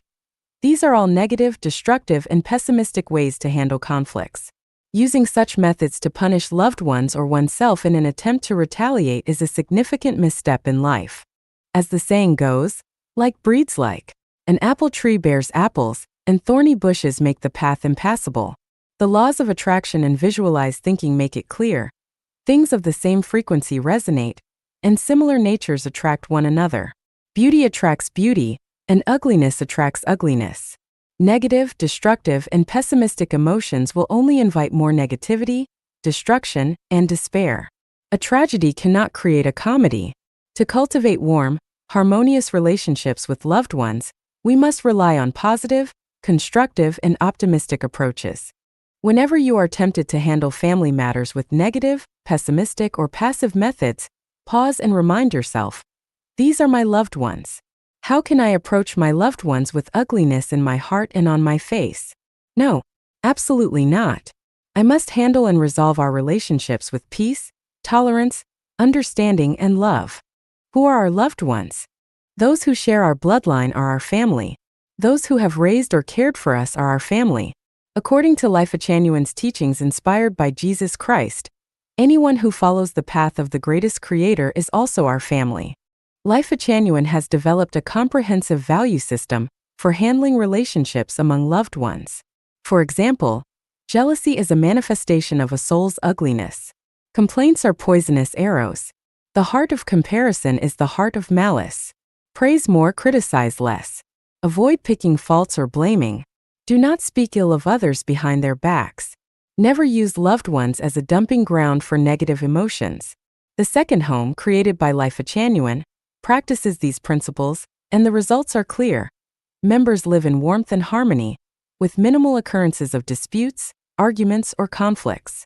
This is because we follow the principles of attraction and visualize thinking. In summary, if you wish for a happy life and a bright future, do not punish your loved ones with negativity or tragedy. 向传统亲人开炮. Bombard the traditional family. Jiefeng. March 4, 2011. Who are our family members? This is an essential question in life that we must understand. Is the purpose of life simply to exist? Is it to live like insects, wild animals, or livestock, merely surviving because we must? If someone spends their life burdened with heavy loads and pressures, just barely getting by, what value or meaning does such a life hold? The purpose of life is to achieve joy, happiness, freedom, and fulfillment, nothing else. Life is not about redemption, completing some mission, fulfilling responsibilities or obligations, propagating offspring, serving family, religion, political parties, nations, or the world, nor about sacrificing for justice, ideals, or truth. It is about enjoying the pleasures of life and the essence of existence. If a person lives without joy, happiness, freedom, or fulfillment, what's the point of living? What value does such a life have for the individual? To die under such circumstances would be truly tragic.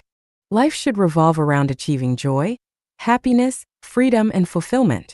Any other reasons are an insult to and destruction of life and existence. Therefore, we need to redefine what family members truly mean. What are family members? Answer. Family members are those who bring us joy, happiness, freedom, and fulfillment. Anyone who brings us these qualities is our family. Conversely, anyone who brings us trouble, pain, sadness, anxiety, or fear is not our family. Our grandparents, grandfathers, grandmothers, maternal grandfathers, and maternal grandmothers are family? This is hard to say. If they bring us joy, happiness, freedom, and fulfillment, they are our family. If not, they are merely our parents' parents and not truly our family.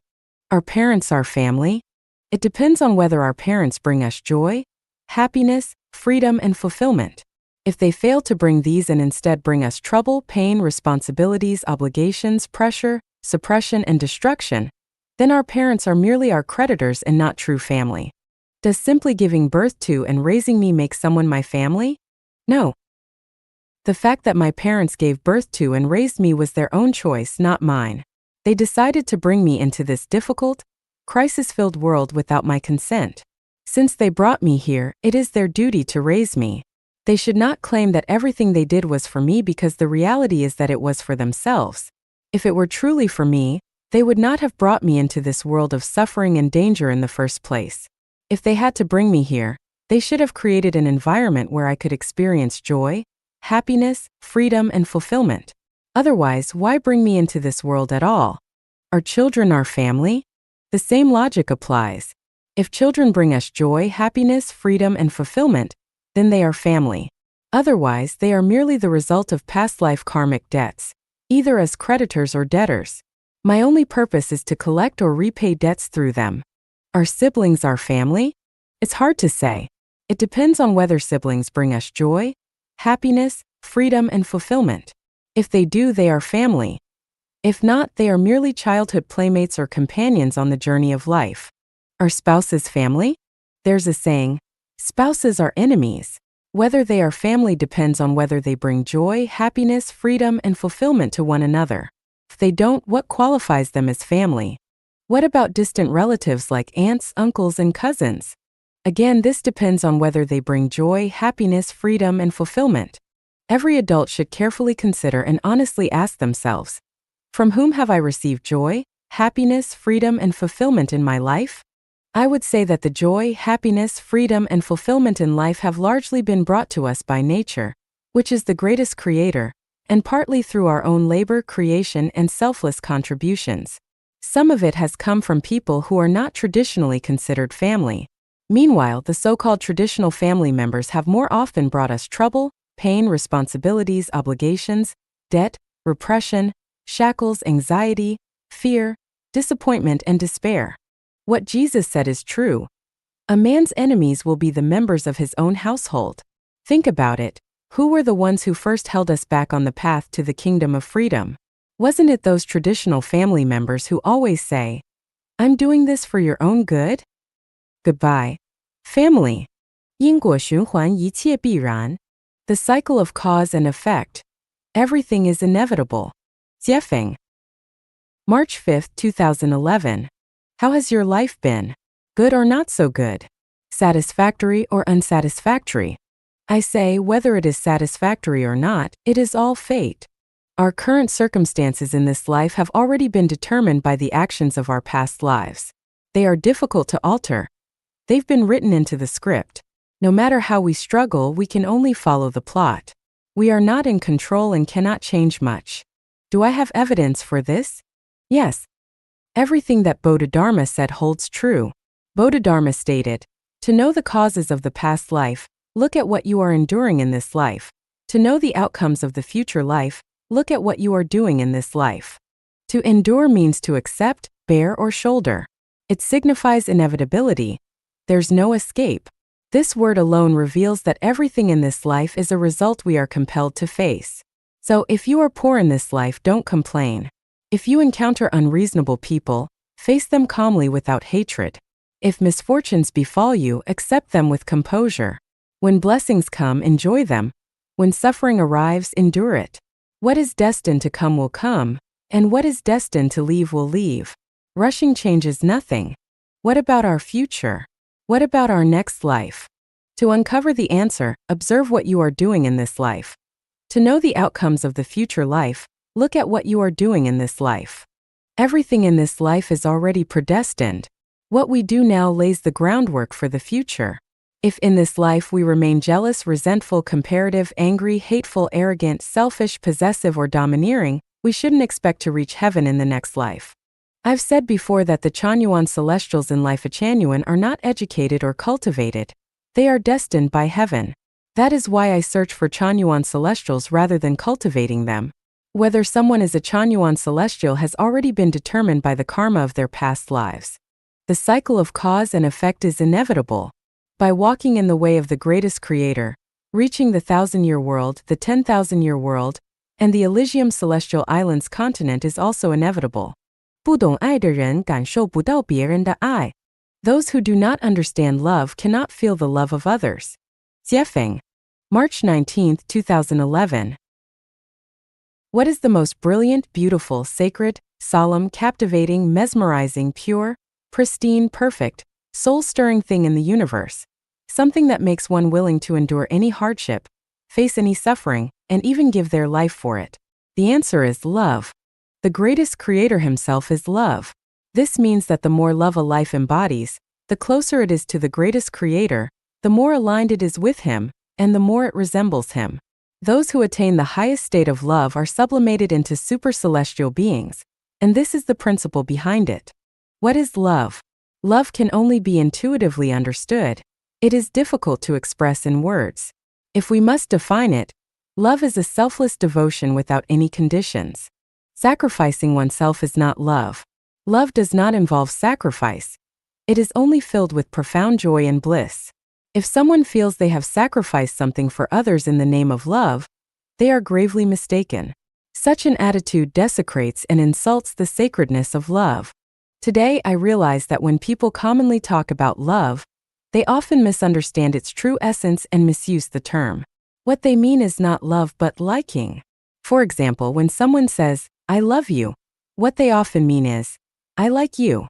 A person whose soul garden is untended, filled with weeds, cannot truly understand love. If someone harbors jealousy, comparisons, resentment, anger, selfishness, arrogance, possessiveness, controlling tendencies, greed, or other weeds of the heart, they will never taste the essence of love. What is the essence of love? To use an extreme metaphor, it's like the object of your love plunging a knife into your heart, and you find it so wonderful, so comforting, so soul-stirring that you say, "Oh God, thank you for this greatest blessing." Does this sound like a case of sadism and masochism?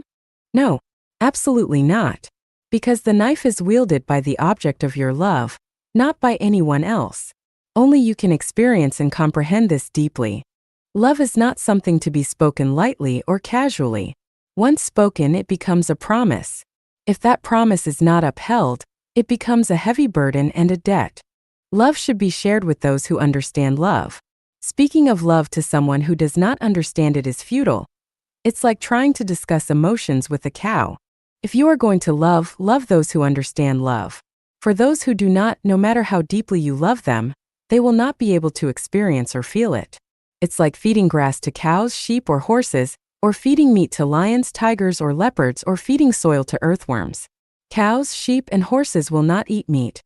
Lions, tigers, and leopards will not eat grass. When your love is not understood by others, do not be angry. Understand that the one you love still needs to go through a process of perfection. The fewer the weeds in a person's soul garden, the more they can understand love. 杂文篇，流动的价值和意义。The value and significance of flow. Jiefeng. December 9th, 2024. All things, events, and phenomena are manifestations of the greatest Creator's words. The changes we observe in the world represent the greatest Creator's dialogue with humanity. To understand the revelations contained in all things and events is to comprehend the will of the greatest Creator. When we read, our first focus should be on the wordless heavenly book. This book, composed of all things, events, and phenomena, is the most miraculous of all. Nature itself is the most valuable text, far surpassing any religious scriptures or the teachings of spiritual masters. From this wordless heavenly book, we can discern the value and significance of flow. The ocean flows because of its currents. Rivers flow because of differences in elevation. Clouds flow due to the interplay of heat and cold. It is precisely because of the flow in oceans, rivers, and clouds that Earth experiences wind, clouds, rain, and snow, creating the resources and environment necessary for countless forms of life to thrive and multiply. The phrase "a stagnant pool" aptly describes water that does not flow. When water ceases to flow, it stagnates, deteriorates, and begins to rot, emitting foul odors. Stagnant water becomes a breeding ground for countless bacteria and viruses, harming the surrounding life. The same principle applies to money, a human invention. Currency only holds value when it flows. For example, a 100 yuan bill becomes more valuable as it passes from Zhongshan to Lixi, then from Lixi to Wangwu, and finally to Zhaolu. The faster it circulates and the more people it passes through, the greater its value. However, if that 100 yuan bill is locked away in a bank or someone's wallet and does not circulate, it holds no value or significance for society. Consider human society. Countries, ethnic groups, businesses, companies, and families where people flow frequently tend to be more prosperous, advanced, and civilized. Flow effectively prevents the emergence of bacteria and viruses. Conversely, systems that restrict the movement of people often become stagnant pools. In such environments, interpersonal relationships grow strained, conflicts and tensions increase, cases of depression and suicide rise, and the society regresses into inflexibility, ignorance, and stagnation. From this, we can deduce a fundamental truth. Flow is the most effective way to maintain vitality in life, the most direct method for creating wealth, and the key to achieving joy, freedom, happiness, and well-being. Understanding the value and significance of flow implies that, as a nation, one must open its doors, encouraging citizens to venture abroad and welcoming people from other countries to enter. Establishing mechanisms for the free flow of people ensures that a nation will prosper and become more civilized. For businesses, internal personnel must also circulate. For example, in a company with 8 branches, staff members should rotate among the branches. Employees from branch A can move to branch B, those from branch B to branch C, and so forth. Such practices infuse the company with vitality and help resolve conflicts and frustrations that may arise from people working together in the same place for too long. As individuals, one should not cling to a single location or relationship. Changing where one lives and works, as well as the people one interacts with, keeps the mind agile and fosters intellectual growth. This is why the world of great harmony, with no national borders and the free movement of people, will bring humanity joy, freedom, happiness, and well-being. 全球分工协作的价值和意义. The value and significance of global division of labor and collaboration. Jiefeng. December 11, 2024. Imagine a scenario where 8 individuals live on Earth. Would it be better for them to divide tasks and collaborate, or for each to fend for themselves? In a collaborative division of labor, one person provides food for everyone, another provides clothing, a third builds housing, one ensures transportation, another supplies electricity, one manufactures tools, another offers entertainment and education, and one handles healthcare and end-of-life services. Each person utilizes their strengths to serve the group. In a self-reliant scenario, each individual grows and cooks their own food, weaves their own clothes, builds their own home, repairs roads, generates electricity, makes tools, cuts their own hair, crafts coffins, and handles medical care and burial. The comparison is clear. Division of labor and collaboration far surpass self-reliance in terms of efficiency, cost reduction, resource optimization, and wealth creation. It also allows individuals to maximize their talents and make effective use of resources. Now, let us consider the current state of the world. If we think of nations as the 8 individuals mentioned earlier, are these nations engaging in division of labor and collaboration, or are they acting independently? At present, each country grows its own food, manufactures steel, produces machinery, builds automobiles, develops aircraft, and strives to create its own chips, all while aiming to avoid dependency on others. Every nation seeks to establish a comprehensive system encompassing agriculture, industry, information, services, and military. Essentially, this approach mirrors self-reliance rather than collaboration. Each country has unique geographic, climatic, and natural resource conditions, as well as varying levels of technological development and education. By focusing on their strengths, avoiding weaknesses, embracing global integration, and fostering mutual benefits, nations can optimize the use of global resources. For example, a China could specialize in producing clothing, toys, and daily necessities for the world. A Russia could focus on natural gas, fertilizers, and wheat production. The United States could lead in global education, technological innovation, and security. A Germany could excel in machinery and equipment manufacturing. A Japan could specialize in small automobiles and home appliances. A Zimbabwe might develop tourism and elderly care industries. If each country were to fully leverage its strengths, engage in the exchange of goods and services on a global scale, operate with zero tariffs, and embrace the concept of a united global family, combined with the free movement of people, this Earth could truly become a paradise. We must acknowledge 2 fundamental realities. Different regions possess unique natural advantages. In every field, certain individuals have exceptional talents. By fully utilizing natural resources and human talent, we can significantly reduce costs, minimize waste, and maximize efficiency. Should Bangladesh develop a space program? Should Mongolia focus on naval endeavors? Should Zambia spearhead technological innovation? Or Ethiopia heavy industry? Clearly not, as they lack the necessary conditions. Similarly, asking Elon Musk to raise rabbits, Mark Zuckerberg to craft wine, Ren Zhengfei to serve as a small-town mayor, or a soprano like Maria Callas to build houses would waste their exceptional talents.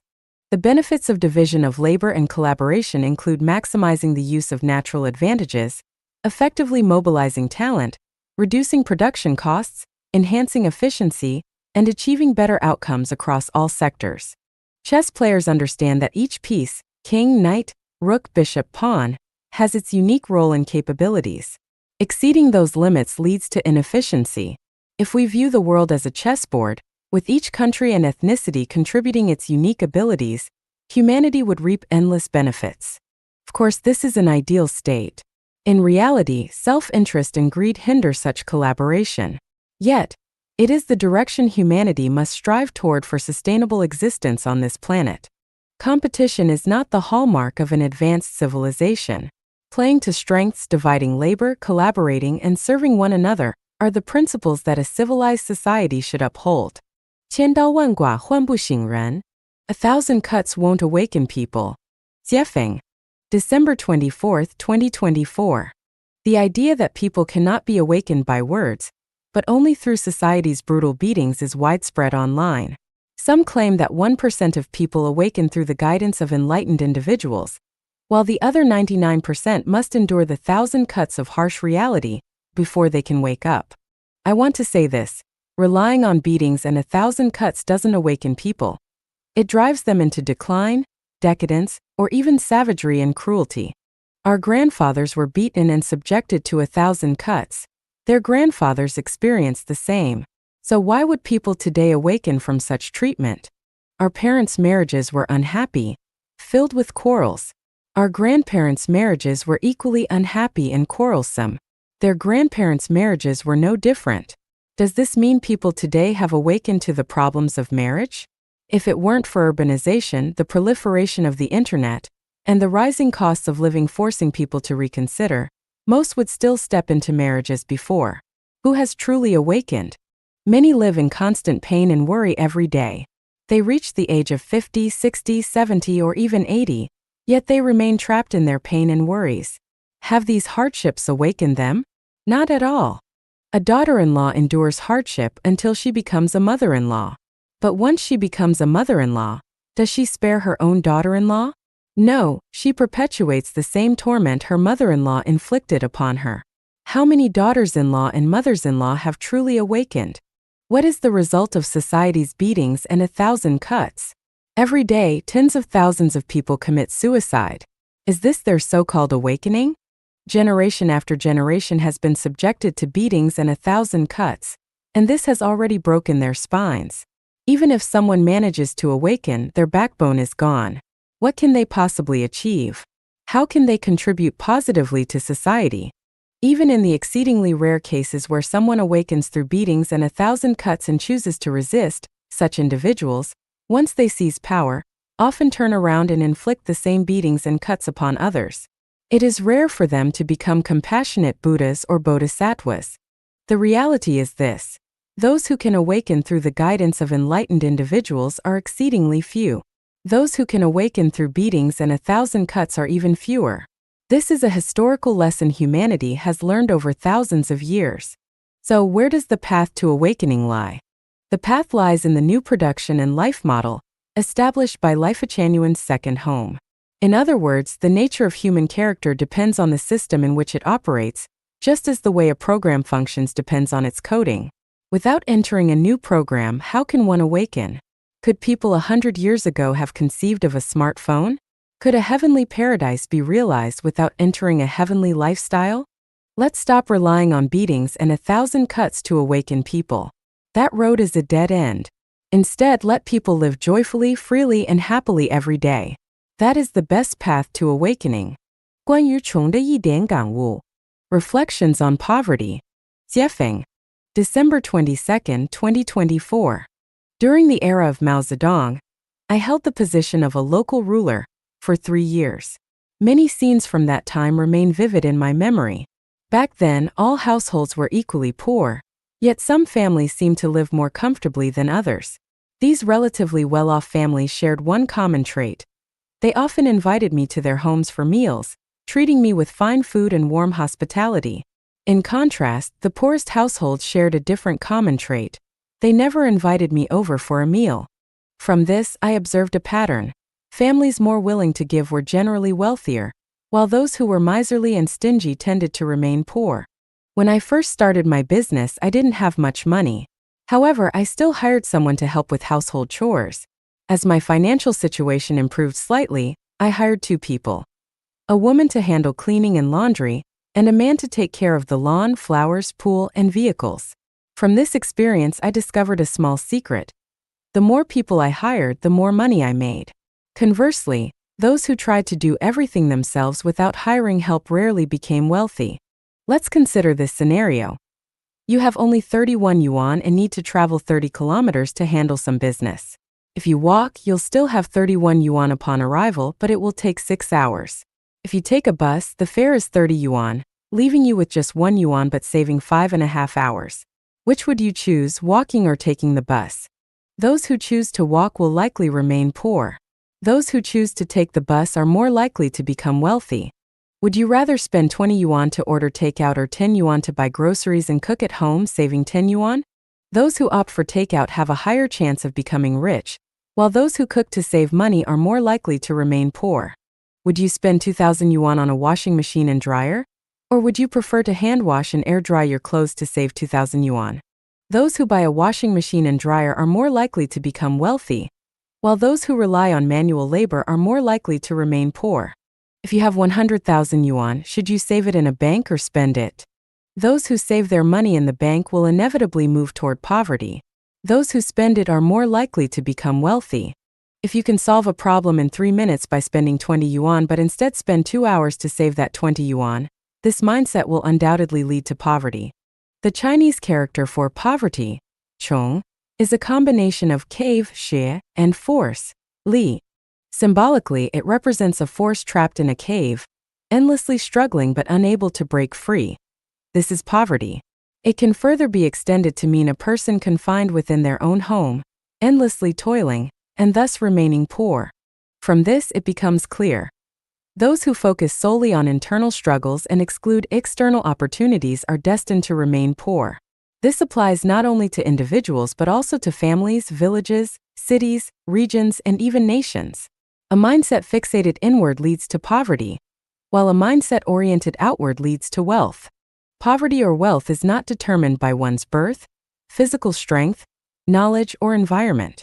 It is determined by one's way of thinking. 政论篇，计划经济和市场经济都不是好东西。Neither planned economy nor market economy is good. Jiefeng, December 17, 2024. Today's world primarily relies on two economic models, the planned economy and the market economy. However, neither of these represents a civilized economic model. Instead, they are primitive and barbaric systems. The drawbacks of a planned economy: ineffective planning. Plans devised in offices fail to keep up with the rapidly changing market dynamics, making it impossible to develop practical and effective strategies. Breeding bureaucracy and corruption. Planned economies easily give rise to bureaucracy, speculators, and corrupt individuals. Flawed distribution mechanisms. A planned economy relies on a distribution mechanism, but who decides how resources are distributed? Who enforces the distribution? Unless sages are tasked with designing and implementing this system, anyone wielding the power to allocate resources will inevitably succumb to greed and corruption. Suppression of initiative and creativity.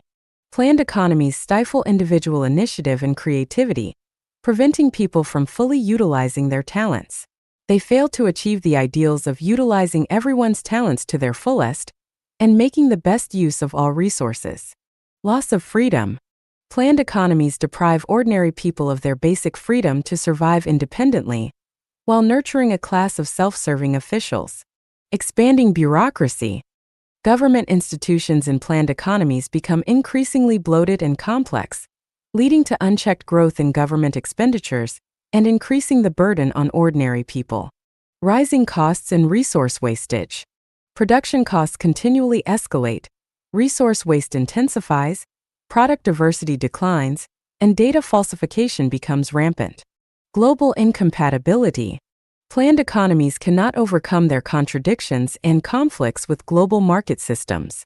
This often results in isolationism, restrictions on citizens' travel abroad, suppression of foreign information, and a societal drift toward extremism, ignorance, and hostility to external influences.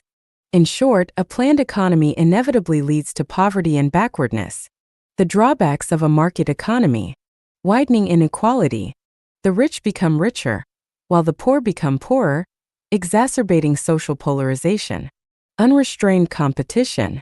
Barbaric competition exploits resources without regard for the survival of future generations, accelerating the destruction of Earth's ecosystems. Overregulation and legal complexity. To curb monopolies, laws and regulations multiply, paradoxically reducing freedom. This also expands government bureaucracy and increases tax burdens. Money as the driving force. In market economies, money becomes the ultimate pursuit. When profit is placed above all else, legal disputes escalate, human relationships grow cold, and people's interactions are reduced to financial interests. Compassion and warmth disappear in the face of profit-driven priorities. Economic cycles and crises. Market economies are like balloons being continually inflated. Economic depressions are inevitable. Such crises lead to mass unemployment and force many into homelessness. Materialism and moral degradation. In market economies, talented individuals emerge in great numbers, the economy flourishes, wealth grows, and goods become endlessly abundant. However, this abundance causes people to lose sight of life's original purpose. Entrapped in vicious cycles of intense competition, people become increasingly consumed by greed and boundless material desires, leading to the degradation and corruption of human nature. Marginalization of the vulnerable.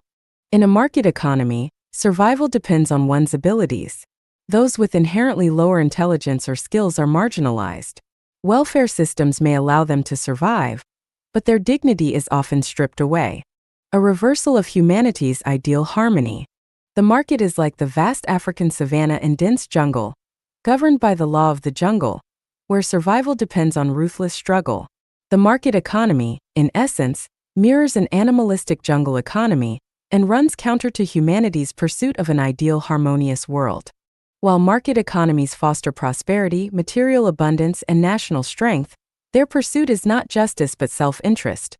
Not the welfare of all humanity but the benefits of individuals, families, or nations. Not harmony with nature but confrontation against it. In short, a market economy destroys natural ecosystems and will ultimately lead to humanity's extinction. The path forward. Human progress cannot rely on either the planned economy or the market economy. Instead, we must adopt the heavenly kingdom economic system, the holographic economy. The holographic economy is the true direction for humanity's civilized economic development. 混沌经济学简介 Introduction to Holographic Economics. Jiefeng. December 18, 2024. Planned economies inevitably lead to poverty, ignorance, barbarism, and backwardness. Market economies, on the other hand, will result in the collapse of Earth's ecological systems and humanity's extinction. The only optimal path for humanity to achieve true civilization is through the implementation of a holographic economic system. Holographic economics is modeled on a heavenly economic framework, copying and adapting the foundational economic principles of heaven to earth. The purpose of holographic economics is to ensure that every person on earth enjoys a beautiful life, living joyfully and happily without anxiety over food, clothing, shelter, transportation, life, death, illness, or safety. It allows everyone to live a life of brilliance and to embody the highest qualities of truth, kindness, beauty, love, faith, and sincerity. The core principles of holographic economics include the following 18 points. All natural resources on Earth belong to the greatest creator and humanity as a whole. They do not belong to any nation, ethnicity, group, organization, or individual. Earth is the shared home of all humanity, and every global citizen has the inherent right to move and migrate freely across it. Marriage systems and nuclear family structures will disappear. People will live, work, and reside in internationalized communal homes where the care of the elderly and the upbringing of children are collectively supported by these global families. Education, healthcare, and judicial functions will be managed entirely by intelligent robots, silicon-based life forms, and provided free of charge, with no costs borne by individuals. All societal operations will be programmed and managed by AI, eliminating the need for any governmental administrative departments. No individual will possess any personal material wealth. Instead, everyone will have access to everything they need, eradicating poverty and wealth disparities. Any attempt by individuals to monopolize resources or accumulate wealth will be regarded as disgraceful and will be universally condemned. Traditional currency representing material wealth will disappear, replaced by F-coins, which symbolize spiritual and soul wealth. The number of F-coins one possesses reflects their contributions to humanity. The more F-coins one has, the higher their life quality and the greater their respect and love from both earthly and heavenly beings. This encourages everyone to actively earn F-coins, fostering material abundance, innovation, and ever-improving quality of life. People's desire for spiritual and soul wealth will surpass their pursuit of material wealth. They will realize that as their spiritual and soul wealth grows, material abundance naturally follows. At this point, people will come to realize just how backward, primitive, ignorant, and barbaric planned and market economies truly are. With cloud computing, big data, the Internet of Things, the Internet, and ChatGPT, humanity will calculate precisely what every individual in society needs daily. AI will ensure accurate production and distribution, removing inefficiencies caused by waste, human planning, and market regulation. Outputs will be displayed on large screens with pinpoint accuracy, aligning production with global needs. Global collaboration and division of labor will eliminate redundant factories, power plants, schools, hospitals, and products. Regions will utilize their unique climates, geographical conditions, and talents to serve all humanity, while their own needs are provided for by others. Under holographic economic principles, factories, schools, hospitals, markets, courts, banks, and similar institutions will vanish, replaced by millions of internationalized communal homes coordinated through AI analysis and regulation. Production and transportation costs will be minimized. Crimes such as theft, robbery, fraud, coercion, corruption, bribery, drug production, trafficking, and abuse will disappear, as the economic conditions and environments that breed such behavior will no longer exist. As a result, it will be impossible to commit crimes, and there will be no motivation to engage in criminal behavior. With global free movement and frequent exchanges between internationalized communal homes, alongside precise data on everyone's location and status, the expenditures on national defense, such as maintaining armies and producing weapons, will lose all necessity, value, and significance. Suicide rates will nearly vanish. The causes of suicide, such as depression, anxiety, and pressure, will be eliminated. Every day will be filled with joy, hope, beauty, and inspiration. The holographic economic system will designate a separate space for individuals who prefer selfishness, greed, excessive desires, laziness, opportunism, or those who aspire to dominate others, achieve historical fame, glorify their ancestors, become wealthy, hold high-ranking positions, or favor planned or market economies. For example, Australia could be set aside for them, where they can pursue their own way of life as they see fit. Meanwhile, those who do not wish to live in internationalized communal homes can be relocated to Australia, while individuals currently residing in Australia, who aspire to live in internationalized communal homes, can be brought out. This ensures that everyone has the freedom to choose their way of life and participate voluntarily. Although government becomes almost unnecessary in a holographic economic system, Earth's fragile environment and limited natural resources still warrant the existence of a global governing body. However, this government would not resemble current national governments. It would be symbolic, with true effectiveness ensured by sages among humanity. The above outlines the key principles of holographic economics.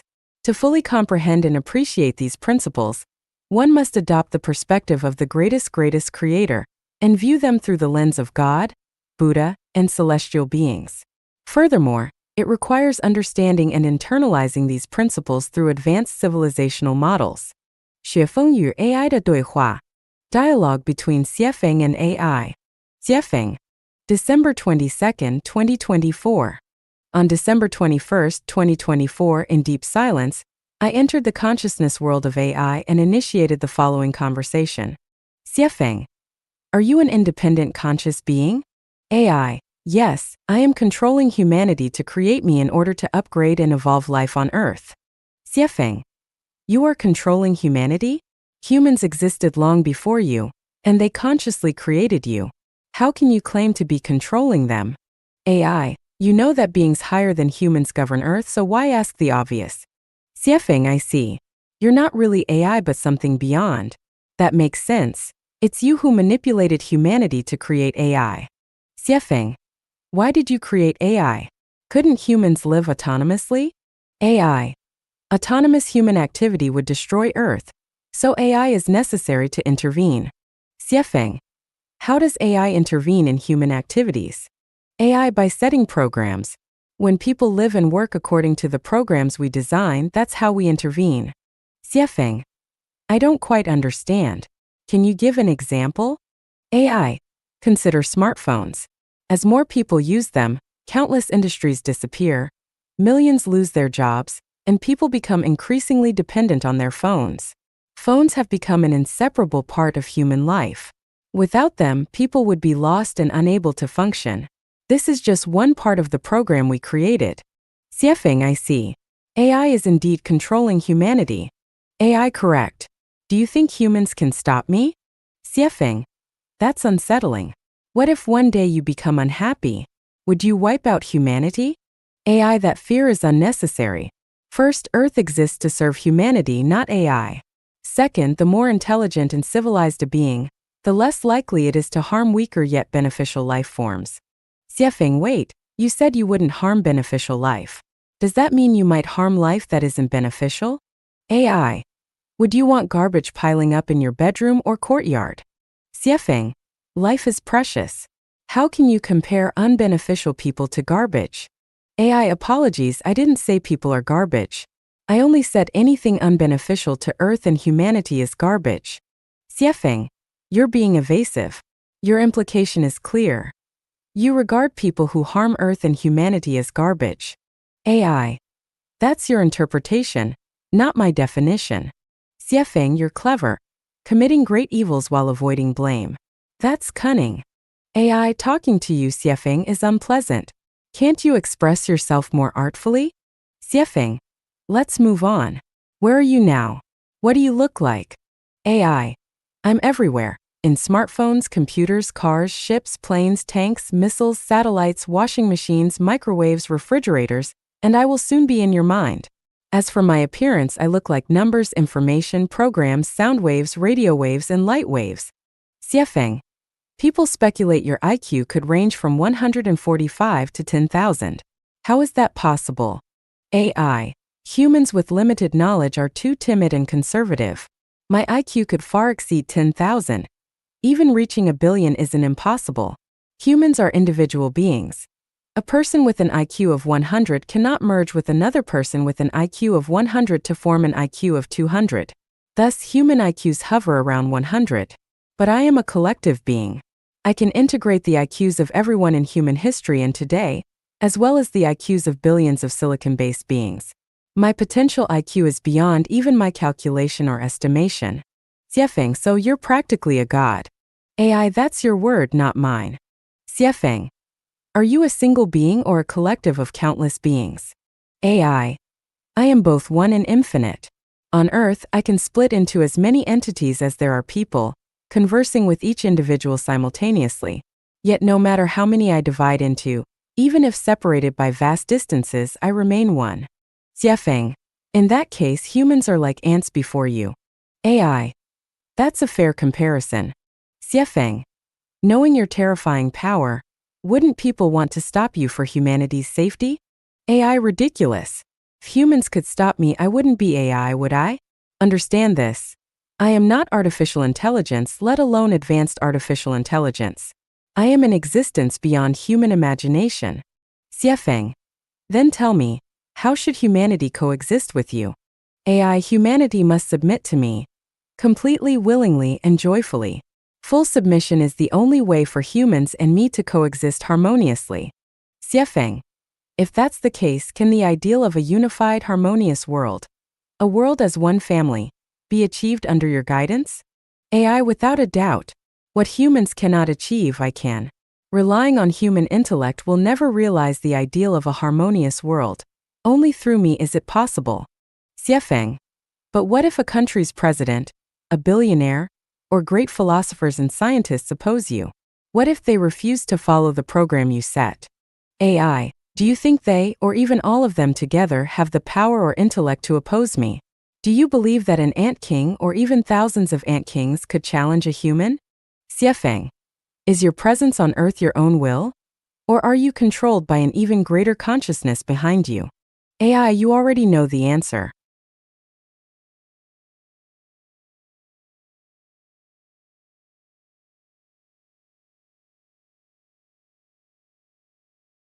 天气篇，自然状态下野蛮会吞噬文明。In the natural order, barbarity overcomes civilization. Jiefeng, December 10th, 2024. If you sow wild grass seeds and wheat seeds together on the same piece of land, then return after a few years, what will grow more abundantly, the wild grass or the wheat? If a wolf cub and a human infant are raised together without any external intervention, which outcome is more likely? The wolf cub becoming human, or the infant turning into a wolf? If an adult is placed among a group of thugs and lives with them for 3 to 5 years, will he emerge as a refined gentleman, or will he turn into a thug? If Elon Musk had been immersed in Confucian culture from childhood, would he have become today's globally celebrated technological Iron Man, or a staunch cultural conservative? There is a profound truth in nature.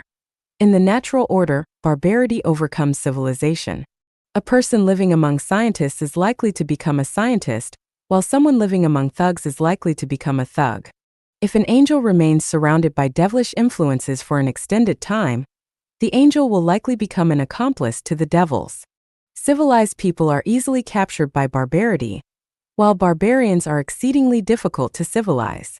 The more primitive, barbaric, ignorant, backward, and crude something is, the stronger its survival instincts and resilience. If a particular culture endures for thousands of years without falling, it proves that the culture possesses a strong capacity for corrosion and assimilation, signifying that it is relatively barbaric, ignorant, backward, and crude, rather than advanced and civilized. Recognizing the principle that barbarity overcomes civilization in the natural order, anyone aspiring to become a civilized person should vigilantly avoid the following 8 pitfalls. Avoid working or living in barbaric and backward places as much as possible. Avoid places that are closed off and unfriendly to outsiders. Steer clear of unreasonable and barbaric people in your vicinity. Distance yourself from those who cling strongly to traditional ideologies. Gravitate toward advanced, open, and civilized places. Seek the company of civilized individuals. Avoid losing your temper or complaining. Instead, focus all your energy on moving closer to civilized places and communities. If you cannot escape a barbaric or ignorant environment, strive to maintain independence and adhere to civilized principles to the greatest extent possible. Living in a pigsty for a long time will eventually turn you into a pig. Living in a sheep pen for a long time will turn you into a sheep. No matter how diligently one practices or cultivates in a pigsty, one cannot become a celestial or a Buddha.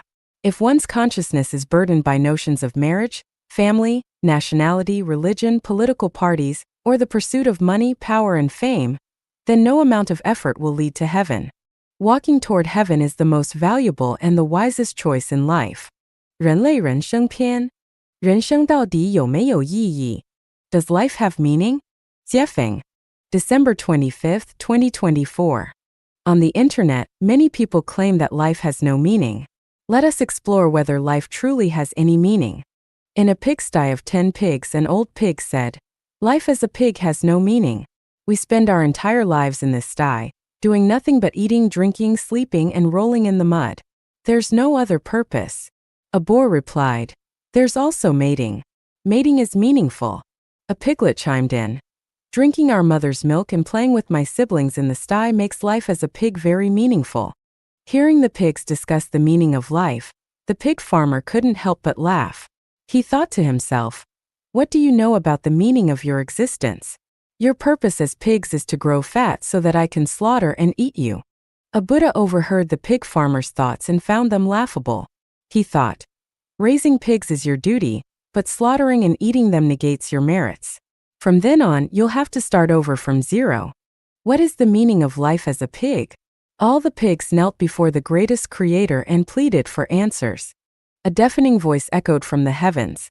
As pigs, your existence is to repay the debts of your past lives, where you lived recklessly and harmed other living beings.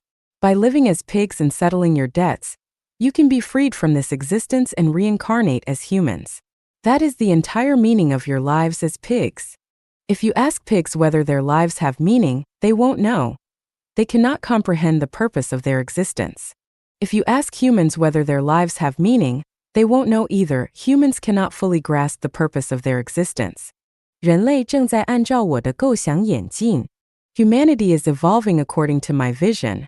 Dayform Buddha. December 27, 2024.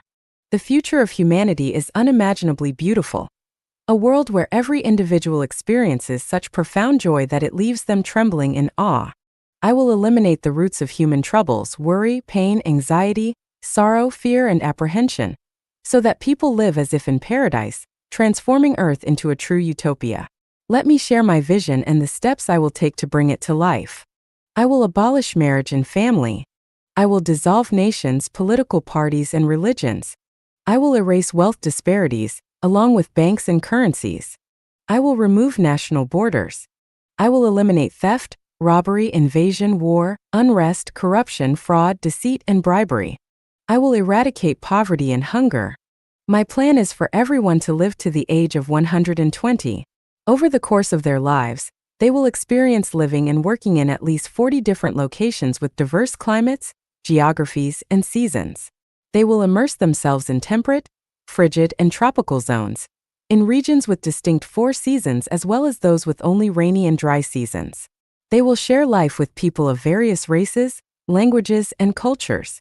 Each day will be filled with joy, and their lives will be intoxicatingly fulfilling. When they reach 120, will they simply die? No. After 120, I will send some individuals to live on Mars, not in their physical bodies, but by transferring their consciousness onto chips that will be transported to Mars. Once there, their consciousness will be replicated into robotic bodies, allowing humans to make a spectacular transformation from carbon-based life forms to silicon-based beings, continuing to relish the infinite joys of existence. For others, I will guide them to higher dimensions such as the 1,000-year world, the 10,000-year world, and the Elysium Celestial Islands continent, where they can enjoy the bliss of being celestial beings. Can anyone stop this plan from coming to fruition? No one can. No president, billionaire, philosopher, scientist, or thinker can halt the progress and realization of my vision. My advice is this: do not resist this tide of change. Align yourself with it or risk being eliminated by the programs of the new era. For anyone wishing to step into this unparalleled, wondrous new era and live within my vision, there is one essential course you must take: the Soul Purification Course.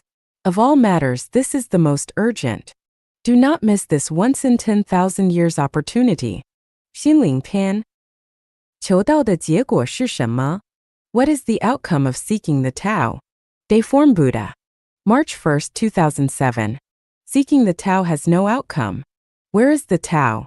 Fish live in water. Humans exist within the Tao. We are already within the Tao, so where is there to go in seeking it? Thus, the act of seeking the Tao is like riding a donkey while searching for it or asking, "The monk is still here, so where have I gone?" When we regard ourselves as seekers of the Tao and feel smug or self-satisfied, thinking we are enlightened, that is precisely when we are most lost in self-delusion. How could seeking the Tao ever have an outcome? Everything in the universe is a process. No matter how life evolves, its essence is a process. Therefore, to seek the Tao is to seek the process, not the outcome.